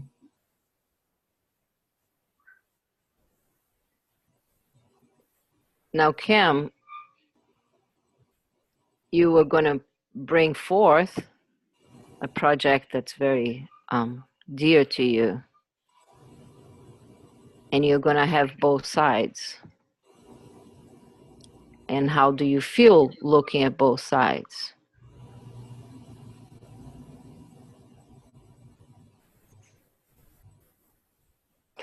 Yeah, I'm having the sensation looking at both of them that there's this settling, like this grounded settling feeling in my body. That it's but and it has a weightiness to it that is unfamiliar to me. With both sides or just with that? I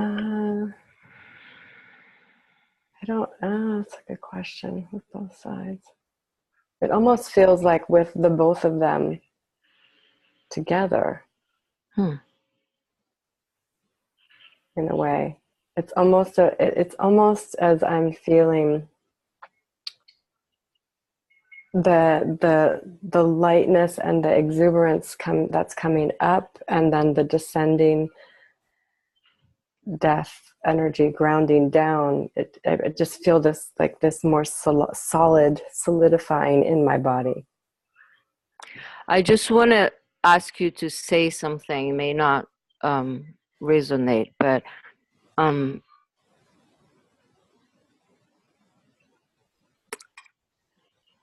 if you can say it's okay to be seen on my success and also on my failure. Say that. Can you say it's okay to be seen as a success and also as a failure? It is okay to be seen as a success and also as a failure. Does it change anything in your body?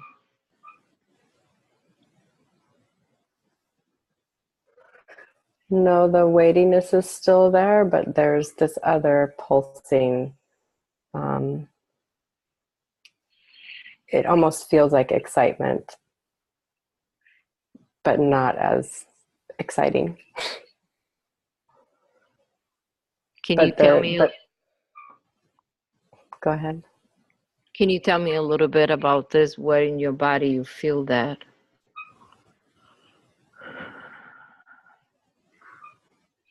The excitement. The excitement piece?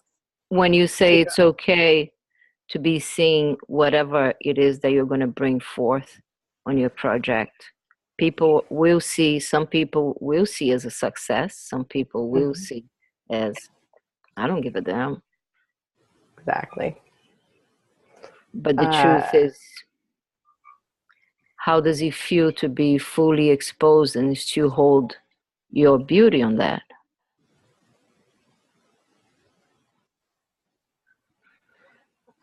It feels more solid.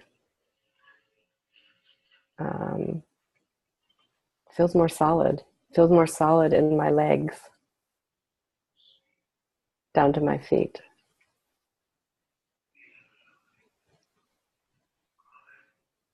And how about your third chakra? That feels really calm right now.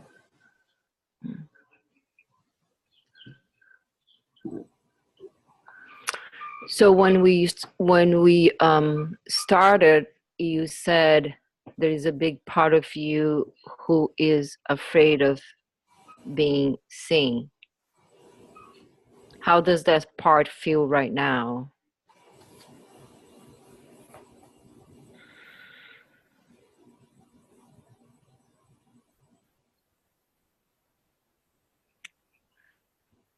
Feels quiet.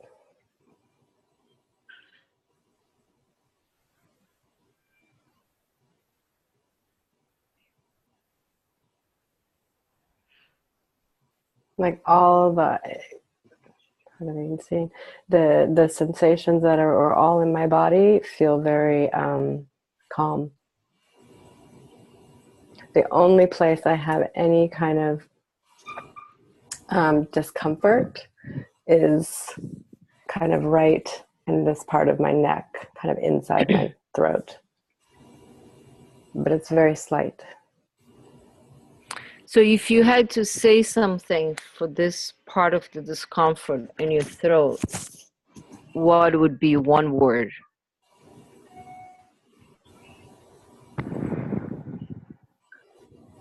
The word that comes to me is I matter.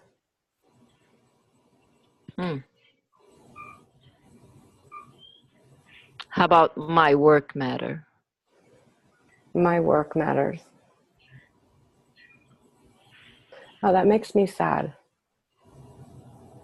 Can you say that again? That my work matters?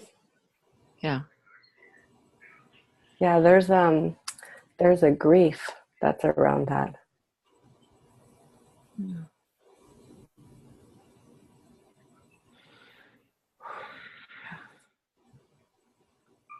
Can you just stay with it for a little bit? Do you think you can sit with it without fixing it?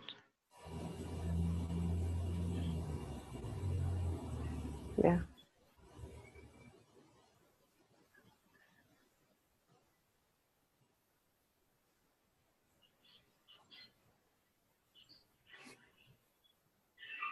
Can you say it again? My work matters.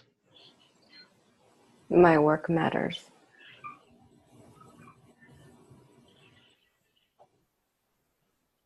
Because I am my work.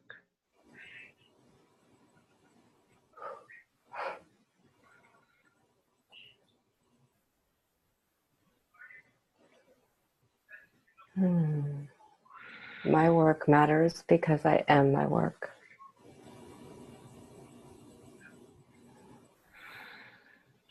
And I matter. And I matter.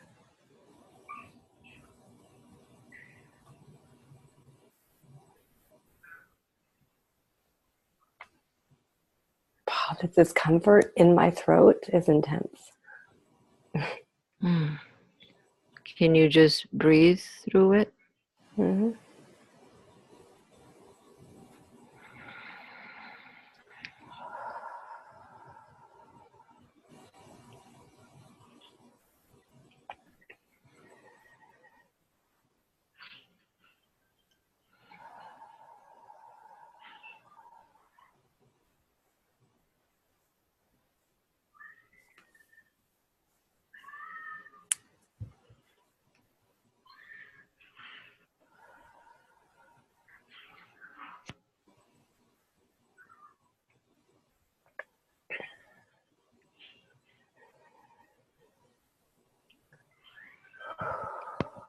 How are you feeling?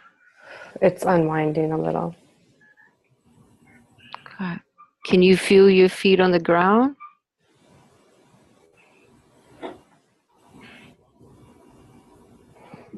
My right foot.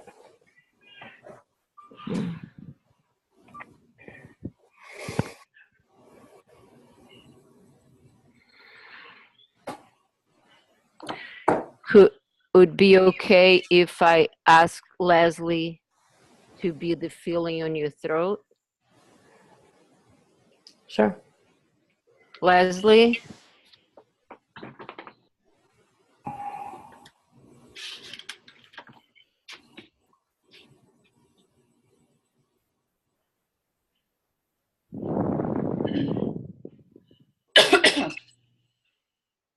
Exactly.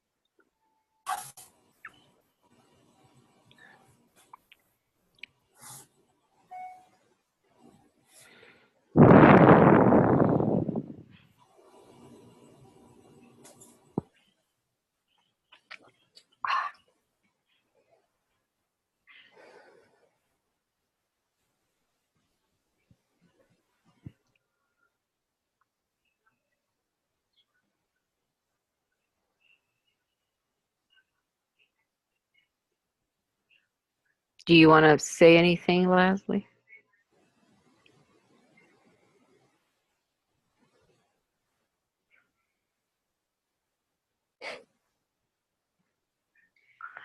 It's actually quite a nice feeling.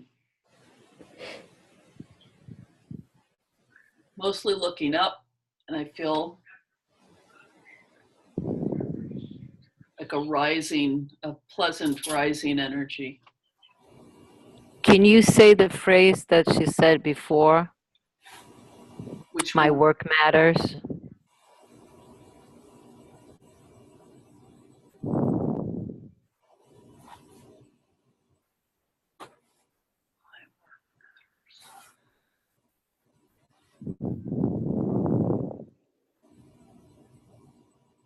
Word, I'm tripping up over the word my and the word work. Matters is okay, but this experience doesn't, it all feels very free and voluntary. Like a river flowing, is that work? So it's a tricky sentence. And I don't feel very human. So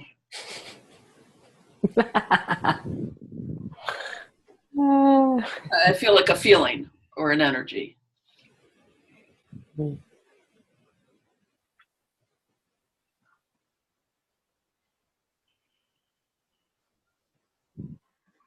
you have a phrase? I do get self-conscious when I get looked out too long. Do you have a phrase?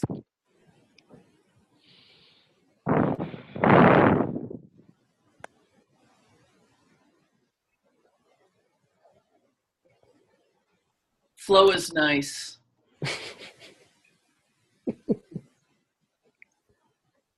And it's always flow. Mm-hmm.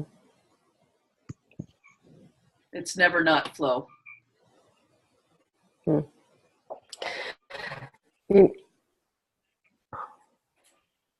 Kimberly, you want to say something? Yeah, since Leslie stood up and started just expressing or saying things, this has diminished.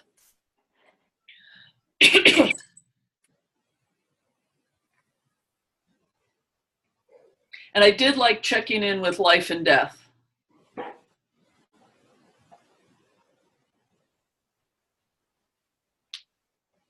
Can you repeat that? I like checking in with life and death. By the way, I only know their labels because I'm Leslie and I'm human and I know they have labels. It's more like I like checking in with those two. Okay. It's really the better way to put it. I don't understand what you just said. You were checking in with life and death, or you checked in? I'm lost. Yeah, I like checking in with those two. Oh, okay. Okay. So you feel comfortable with both. I like checking in with them. Huh. And then go looking somewhere else. Torturing here me, Leslie. I'm sorry? Said you're torturing me here. This is it's very slippery thing here. I like that. It's my kind of thing. I like to check in with them and then look somewhere else, and then check in with them and look somewhere else. Okay. So it feels like it doesn't matter to you. They matter, but they don't matter.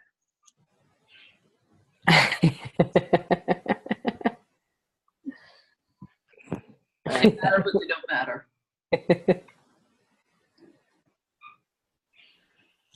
Hillary, do you want to come in and say something? Just checking with you. And Bodhi? I think I'm not relating well to this mental realm that we've been in for a while. Like I don't thrive in all this analysis. I just want to do the flow thing and move, and I'm attracted to vibrancy, and all this chitter chatter really just doesn't work for me that well. I feel that I don't know. I've shut down a little bit.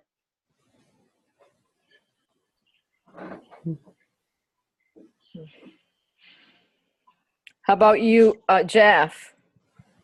Can you hear me from here? Yeah, can hear well. Okay. As soon as Leslie came in, my attention went to her, or whatever she's representing. And then I felt drawn backwards. I would probably just leave altogether. I don't feel needed.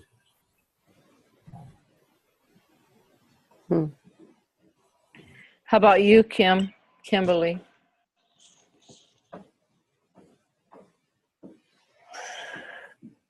How am I feeling? Mm-hmm. What's going on for you right now? Life is a little off. Death is far away. Yeah. Feeling in your throat is just flowing, and just how is it? What does it happen for you? Well, I like the sensation of not having my throat constricted. That feels good. I can relate to what Hillary's saying about just wanting to be in the flow, and Leslie's saying about being in the flow. Like, that feels really good and natural. And the mental piece, feels unnecessary.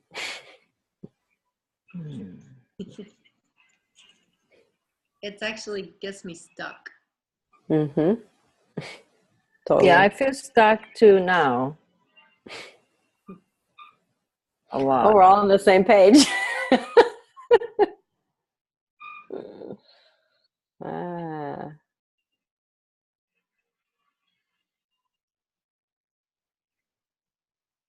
I feel like I want to offer like a statement of like the flow is where it's at. With where it's at, totally. That's Totally. like go to the flow. Go to the flow. Go with the flow. It's not it's almost like just go to it, and then everything will take care of itself, you know? Yes. Yeah, I feel a little bit like flowing with the stuckness. I know. Yeah, but I don't feel like that. I feel like I can't breathe when I'm talking about the stuckness. I just want to leave it and just go to what I know. Yeah, yeah, but I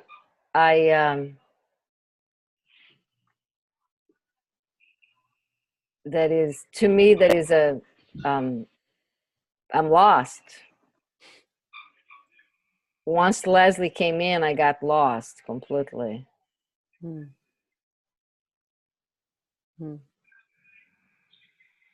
And I'm just watching this. I don't feel the flow.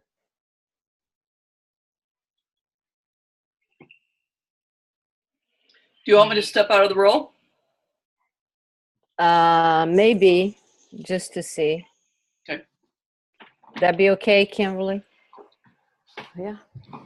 Okay.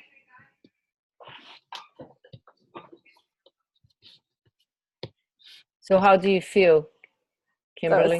as soon as you stepped out of the role, Leslie, I could feel the tightening in my throat. Not as intense as before, but there was something about you being in the role that kept it flowing for me. I'm more tired again. How about you, Jeff? You came a little in. As soon as Leslie stepped out of the role, I felt drawn back in. Yeah. How about you, Hillary? I was getting near sleep, and then she stood up and I wasn't sleepy anymore, but now I'm getting sleepy again.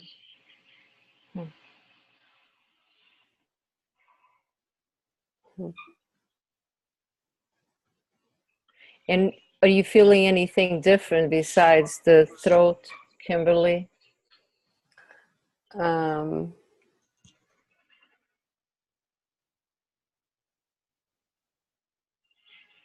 I don't feel that kind of excitement.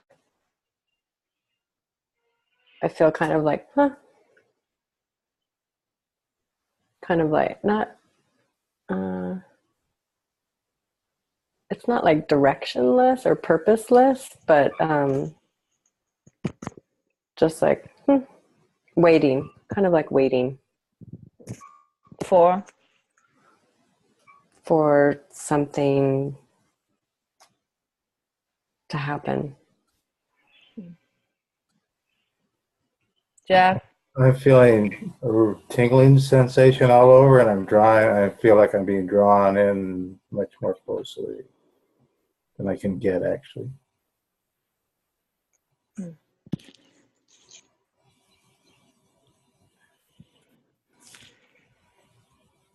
More intensely interested.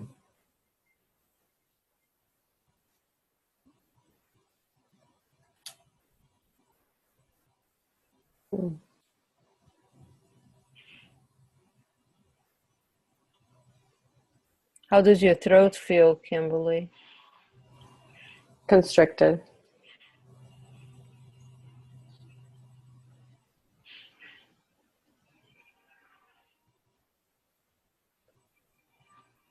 I'm stuck, Leslie.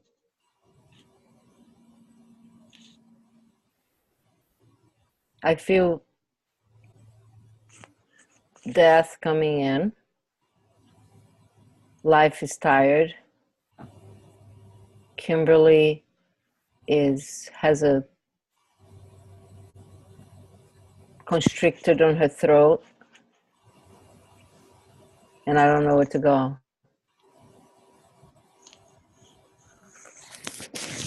So I don't know either, so I'm just going to share with you a little bit what I'm noticing, yeah, because we're here at the end of time.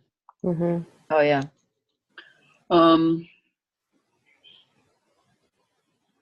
Just from the outside, what I notice is that when we included the feeling in the throat and gave it a place, which was everything was going very well for Kimberly until that, except for the constricted throat. So we gave it a place. Life got very upset about that. Yeah. So that's curious. That's interesting. That's right. It's just interesting. So I think I'm going to invite you to invite people to step out of the roles. Okay. Yeah? Jeff, thank you. Can you step out of the role? And Hillary?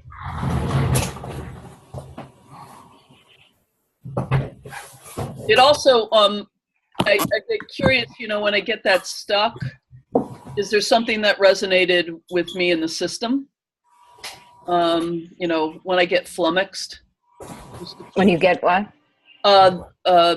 Stuck. When I get stuck as a facilitator, to just kind of go, that's also interesting. Mm-hmm. Yeah. Because you're now part of the system.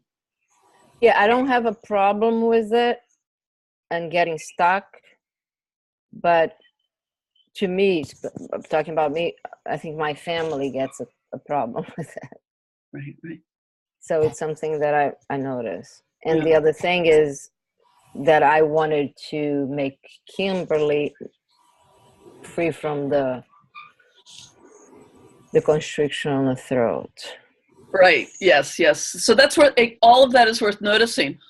Yeah. I seem to really need Kimberly to not have this constriction in her throat. Yeah. That could be super useful, or and all you do is you notice it. Yeah. And work with it. And and work with the representative for life who's gotten a little cranky about how things are unfolding at that point. It's like, that's interesting. It's interesting, right? Yeah. It's not right. It's not wrong. Yeah. It's just more systemic signs, right? Yeah. And we don't even know what it means exactly. Yep. It's just interesting. Yeah. One of the things for everyone to be just a little careful about is that every representative within their representation thinks their point of view of the system is the correct point of view of the system. And sometimes it is. Sometimes a particular role does have a spectacular insight onto the system. The cousin in the corner who says, it's the father who did it, sometimes they're exactly right? But you always kind of want to hold these things with a little bit of an asterisk. It's their perspective of the system within that role. And it may or not be an accurate representation of the whole system. So take the information from each role, each representative, but there are different point of views on what's going on in the system could be different, right? Mm-hmm.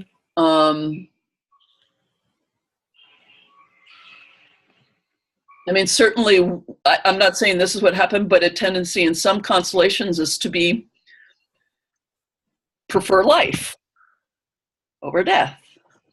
When we know systemically, they both have a place. Yeah. Yeah. And again, we don't mean any of this literally. It's the meanings in the client system. Right? Life is just life. Death is just death. But the meanings that are coming in. I remember one time I was brought in as life in a client's, very depressed client's constellation.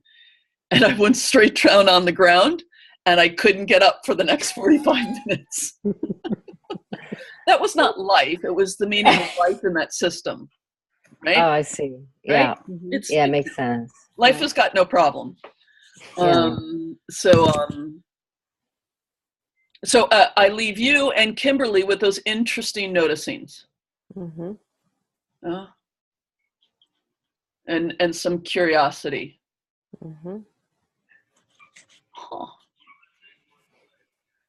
So we are a little over. Let me just ask Kimberly, anything you want to share about that with us? No, That's thank you, fine. Andrea. Thank you, Andrea, Thank you. for doing that. That was a nice practice. And it was just interesting for me to notice that when the representative, Leslie, came in for the constriction in my voice, which actually made me feel better, the system kind of got screwed up in a way. Yes. So that's Yeah, just interesting as well. very interesting. Yeah. So Very interesting. it's like this, pulling at a thread. What's it connected to? So that was kind of very fascinating. clear. Yeah, it was very clear. Mm-hmm. And then, Andrea, anything you want to share about what you learned or what you noticed with the group? As by the way, round of applause for Andrea for stepping into something she was scared of. Thank you. Just because I'm so sleepy. Yeah. No, it was really. I felt really good about almost like playing. Like it was really good. And then I think when you asked me, do you want me to represent? I lost ground. Okay. To So a little go. performance thing. Okay. Yeah, I mean, I just tried to. I was just watching me thinking, do I do the right thing and let the teacher guide, or should I continue following my? And that's what I lost. I lost. Okay. You Okay. know. What people don't know is I sent privately a message to Andrea if she wanted to use me as a rep. Yeah. She There could. was no, I don't want to do by myself. I want to do by myself, or I don't want to do by myself. There was just a sense that what would be the right thing in the situation. Yeah. And then I said, okay, I'm tired today. Let me ask Leslie to help.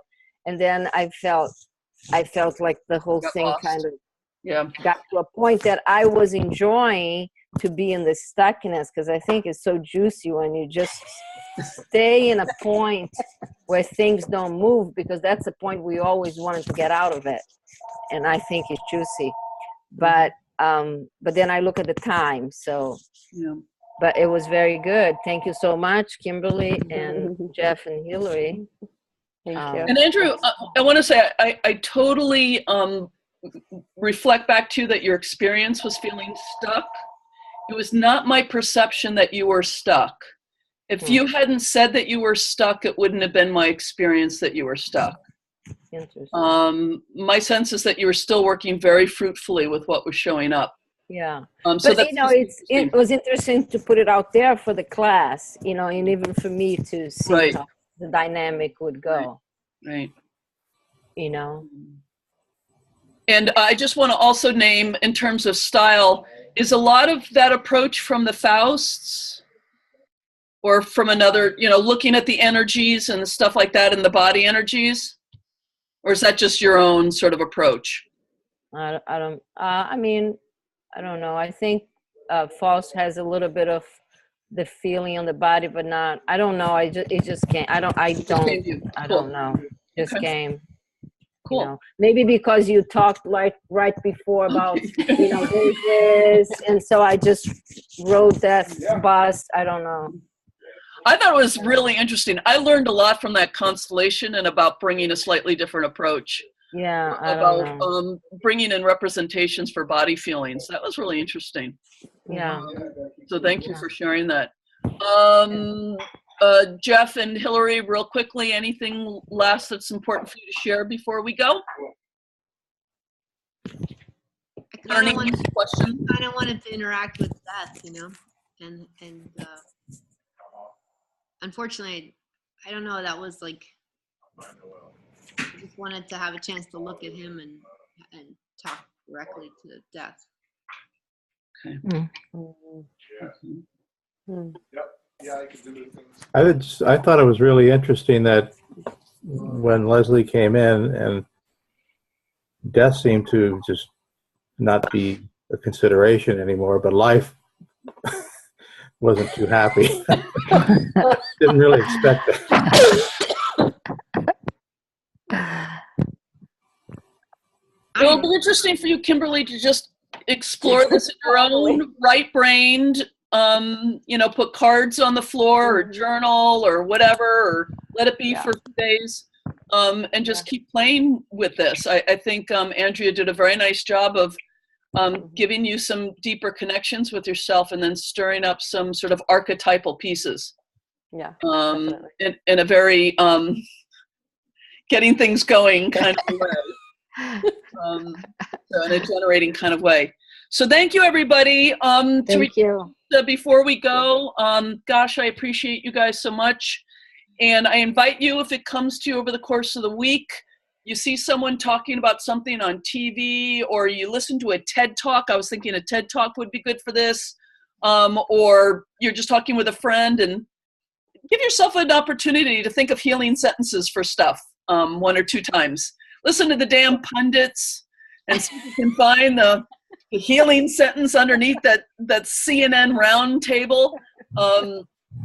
What's the main thing underneath there that wants to be said? And play with it a little bit. And thank you, everybody. And thank you for tolerating with going a little long. Yes, Hillary. Can you send information about that one-on-one instruction that you were going to have? I couldn't find it right away on your website. I'm sorry, the one-on-one the course. Yeah. Yes, I will send that to you. I'll make a note, and if you don't get it in a day or two, just email me, and I will. My neurons are fading out along with everybody else's, but yeah, I will send that to you. Thank you, Hillary. Thank you, everybody. Andrea, thank you guys. In your fatigue. Kimberly, thank you for being a client. And Jeff, thank you, everybody. See you in the week. Have a good week. Happy Thanksgiving, everybody. Happy Thanksgiving, wherever you are in the world. Take care. Bye. Send us.